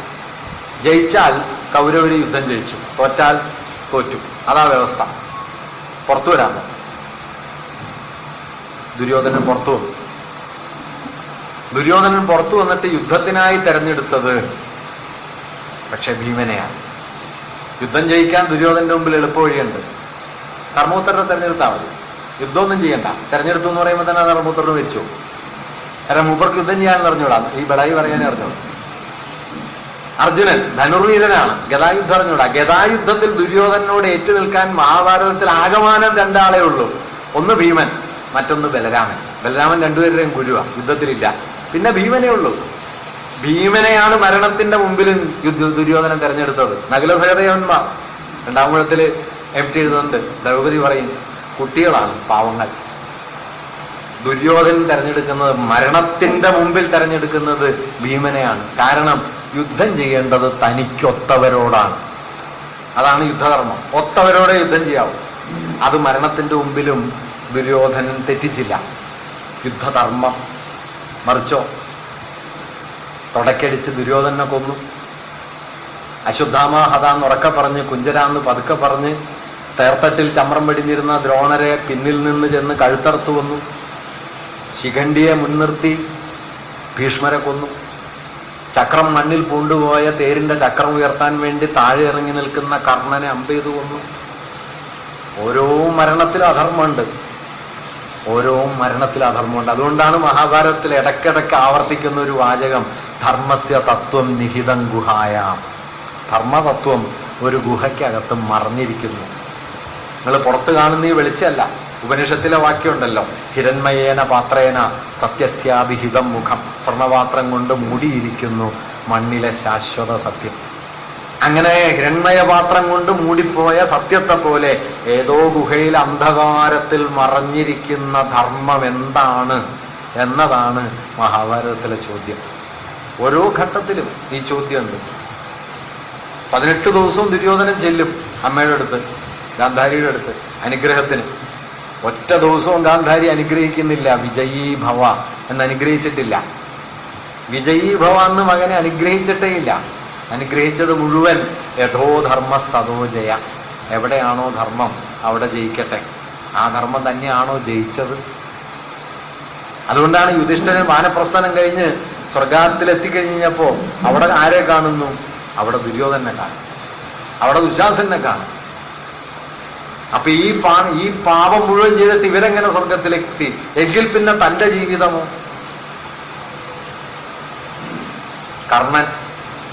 കർണൻ അറിയാഞ്ഞല്ല താൻ ചെയ്യുന്നത് അധർമ്മാണെന്ന്. പക്ഷെ അധർമ്മിയായിരുന്നാലേ തനിക്ക് ധർമ്മിയാവാൻ കഴിയും. അതാണ് കർണന്റെ പ്രശ്നം. കാരണം സൂതപുത്രൻ എന്ന് കരുതി ആക്ഷേപിക്കപ്പെട്ട് തലതാഴ്ത്തി നിന്ന സമയത്ത് കൈത്താങ്ങായി വന്ന ആളുടെ പേരാണ് ദുര്യോധനൻ. അതുകൊണ്ട് ദുര്യോധനൻ അധർമ്മമാണ് ചെയ്യുന്നതെങ്കിലും ദുര്യോധനനോടൊപ്പം നിന്നാൽ മാത്രമാണ് കർണന് ധർമ്മിഷ്ഠനാകാൻ പറ്റും. അതുകൊണ്ട് അധർമ്മത്തോടൊപ്പം ചേരുമ്പോൾ മാത്രം ധർമ്മിഷ്ഠനായി തീരുന്ന ഒരു മനുഷ്യന്റെ സന്നിഗ്ധതയിലാണ് കർണൻ. അല്ലെങ്കിൽ നിങ്ങൾ ആലോചിച്ച് നോക്കൂ, വിഭീഷണനെ പോലെ യുദ്ധം തുടങ്ങിയപ്പോൾ രാമപക്ഷത്തേക്ക് കൂറുമാറിയ വെറും വാചകമടിക്കാരനായി തീരും കർണൻ. കർണൻ നിന്നത് ഈ അധർമ്മമാണെന്നറിഞ്ഞിട്ടും അവിടെ നിന്നു. അമ്മ ഒന്ന് ചോദിച്ചു, നീ അപ്പുറം വരൂ. അപ്പൊ പറഞ്ഞു, പാണ്ഡവന്മാരിൽ ഒറ്റാളെയെ കൊല്ലൂ. വാക്കുകൊടുത്തു. അല്ലെങ്കിൽ പാണ്ഡവന്മാർ നേരത്തെ തീർന്നേനെ. പാണ്ഡവന്മാരിൽ ഒരാളെയെ കൊല്ലൂ എന്ന് വാക്കുകൊടുത്തു. അർജുനനൊഴികെ ഒരാളെയും കൊല്ലില്ല. അമ്മയ്ക്കെന്നും 5 മക്കൾ ബാക്കിയുണ്ടാവും. ഇങ്ങനെ അധർമ്മത്തോടൊപ്പം നിന്ന് സ്വയം ധർമ്മം തെളിയിക്കേണ്ടി വന്ന മനുഷ്യർ, ധർമ്മമോ അധർമ്മമോ എന്ന് തിരിച്ചറിയാൻ വയ്യാത്ത സന്നിഗ്ധതകൾ, അധർമ്മികൾ മാത്രമായി ജീവിച്ച ധർമ്മിഷ്ഠർ. മഹാഭാരതം ഇങ്ങനെ ധർമ്മം എന്ന് പറയുന്നത് വളരെ വളരെ വളരെ സങ്കീർണമായി തീർന്ന ഒരു ജീവിത സന്ദർഭത്തെ കൊണ്ടുവരുന്നു. അരക്കില്ലം ചുട്ടുകരിക്കപ്പെട്ടത് കാട്ടാള സ്ത്രീയും 5 മക്കളുമാണ്. അവരുടെ ജീവൻ പാണ്ഡവരുടെ ജീവനേക്കാൾ വില കുറഞ്ഞതാണോ? ഒരുപാട് ചോദ്യം മഹാഭാരതത്തിലുണ്ട്. കടോൽഗജം മരിക്കും. എം ടി വാസുദേവൻ നായരുടെ നോവലിൽ കാണാം. കടോൽഗജം മരിക്കും. വലിയ ദുഃഖത്തോടെ ഭീമനിരിക്കും. കൃഷ്ണൻ പറയും, നന്നായി, രാക്ഷസവംശജനാണ്. ഇങ്ങനെ കൂടിക്കലർന്ന് ശകുനിക്ക് പോലും ന്യായമുണ്ട്. കാരണം ഭീഷ്മരുടെ ബലപ്രയോഗം കൊണ്ട് തൻ്റെ സഹോദരിയെ, ഭീഷ്മരുടെ ബലം കൊണ്ട് മാത്രം ഗാന്ധാരിയെ അന്ധനായ ധൃതരാഷ്ട്രർക്ക് വിവാഹം കഴിച്ചു കൊടുക്കേണ്ടി വന്ന സന്ദർഭത്തിൽ ശകുനി എടുക്കുന്ന പ്രതിജ്ഞയാണ് കുരുവംശം മുടിച്ചേ അവസാനിക്കും. കുരുവംശം മുടിക്കുക എന്നുള്ളത് ശകുനിയുടെ പ്രതിജ്ഞയാണ്. സ്വന്തം സഹോദരിയുടെ ജീവിതത്തെ നിത്യാന്ധകാരത്തിലേക്ക് തള്ളിവിട്ട അധികാര ഹുങ്കിനോടുള്ള ഒരു മനുഷ്യന്റെ പോരാട്ടത്തിന്റെ പ്രതിജ്ഞയാണ് ശകുനിയുടേത്. കുരുവംശത്തെ ഇല്ലാതാക്കും.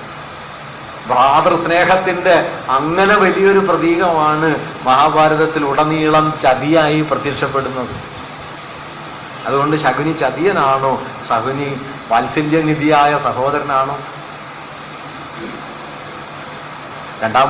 ഇനി ഞാൻ ഉറങ്ങട്ടേല് ദ്രൗപദി കർണൻ ജ്യേഷ്ഠപാണ്ഡവനാണെന്നറിയുമ്പോൾ മനസ്സിലാലോചിക്കുന്ന ഒരു ചിത്രമുണ്ട്. ജ്യേഷ്ഠപാണ്ഡവനായ കർണനോടൊപ്പം സിംഹാസനത്തിലിരിക്കുന്ന താൻ, തൊട്ടപ്പുറത്ത് നിൽക്കുന്ന പഞ്ചപാണ്ഡവന്മാർ. കാരണം കർണൻ ദുര്യോധനനോടെന്ന പോലെ, കർണൻ ദുര്യോധനനെ സ്നേഹിച്ചതുപോലെ താൻ സ്നേഹിക്കപ്പെട്ടതേയില്ല എന്ന് ദ്രൗപദിക്ക് മനസ്സിലാവുന്ന മുഹൂർത്തമാണ്.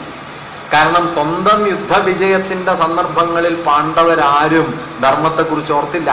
അശ്വത്ഥാമ ഹത എന്നുറക്കെ പറഞ്ഞ് കുഞ്ചര എന്ന് പതുക്കെ പറഞ്ഞപ്പോ ധർമ്മപുത്രർക്ക് ധർമ്മ സംശയങ്ങൾ ഉണ്ടായില്ല.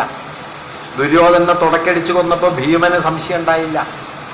കർണനെ പിന്നിൽ നിന്ന് അമ്പെയ്ത് വീഴ്ത്തിയപ്പോ അർജുനൻ ഉണ്ടായില്ല. പക്ഷേ കൗരവ സഭയിൽ വസ്ത്രാക്ഷേപം ചെയ്യപ്പെട്ട സമയത്ത് ഈ പാണ്ഡവരാരും മിണ്ടിയില്ല. കാരണം പണയവസ്തുവിൽ അധികാരമില്ല എന്ന ധർമ്മം അവർ പാലിച്ചു.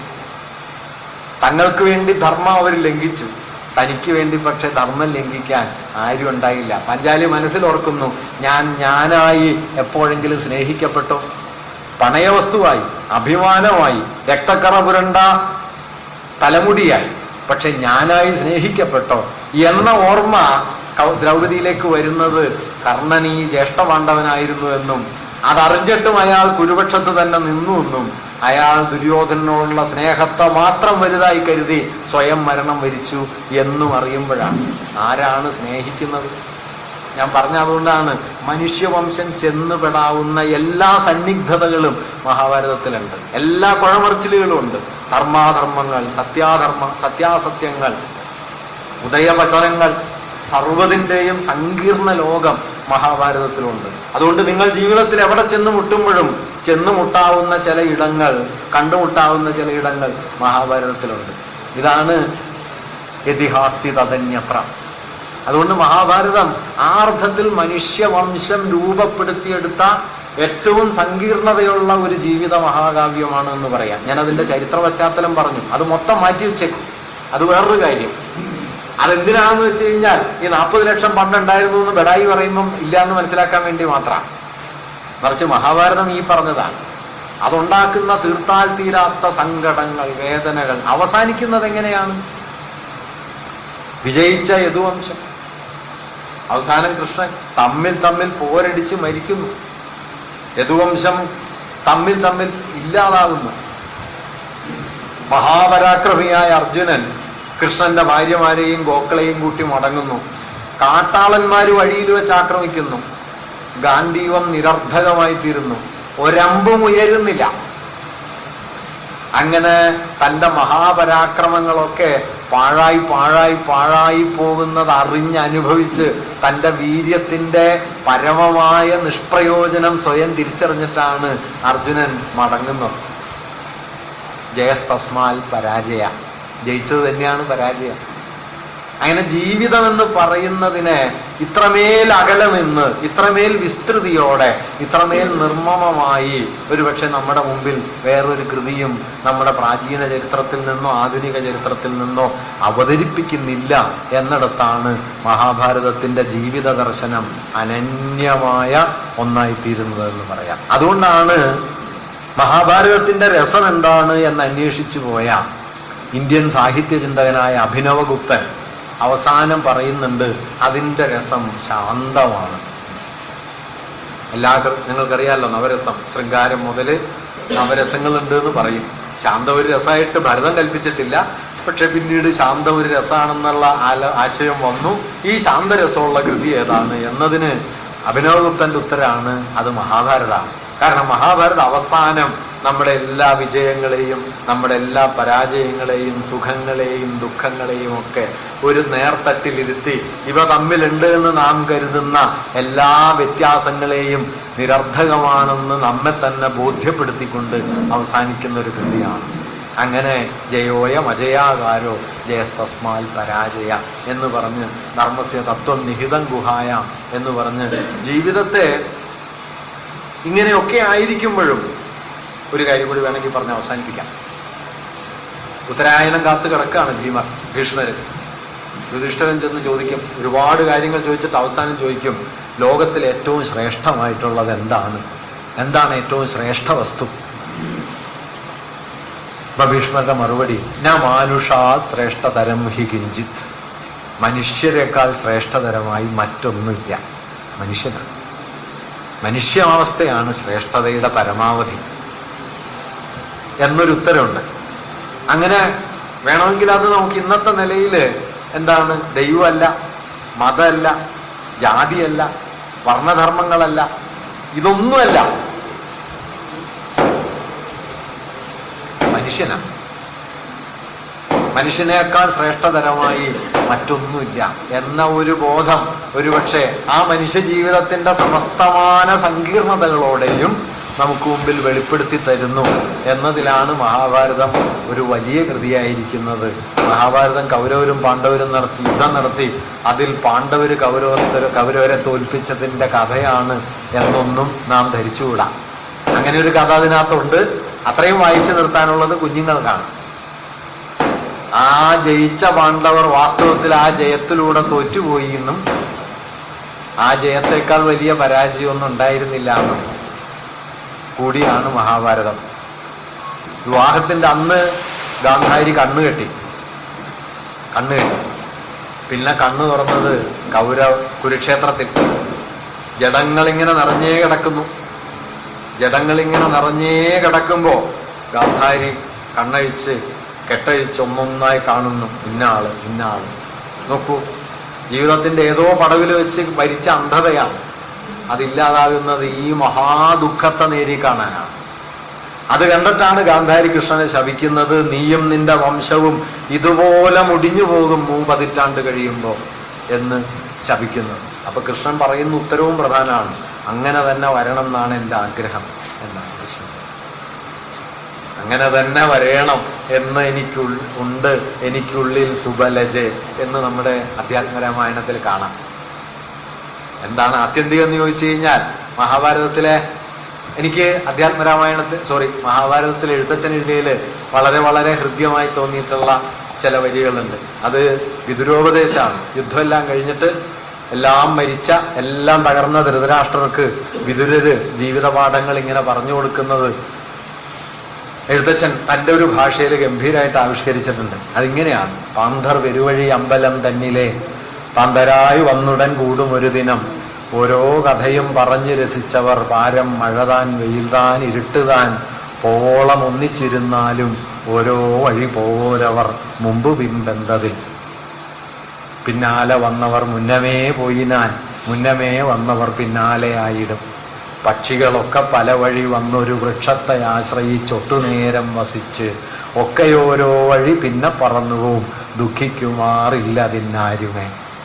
എഴുത്തച്ഛൻ ഒരുപക്ഷെ മഹാഭാരതം സംഗ്രഹിക്കണം ഇങ്ങനെയാണ്: പക്ഷികളൊക്കെ പല വഴി വന്ന് ഒരു വൃക്ഷത്തെ ആശ്രയിച്ചൊട്ടുനേരം വസിച്ച് ഒക്കെയോരോ വഴി പിന്നെ പറന്നുപോവും, ദുഃഖിക്കുമാറില്ല അതിനാരുമേ.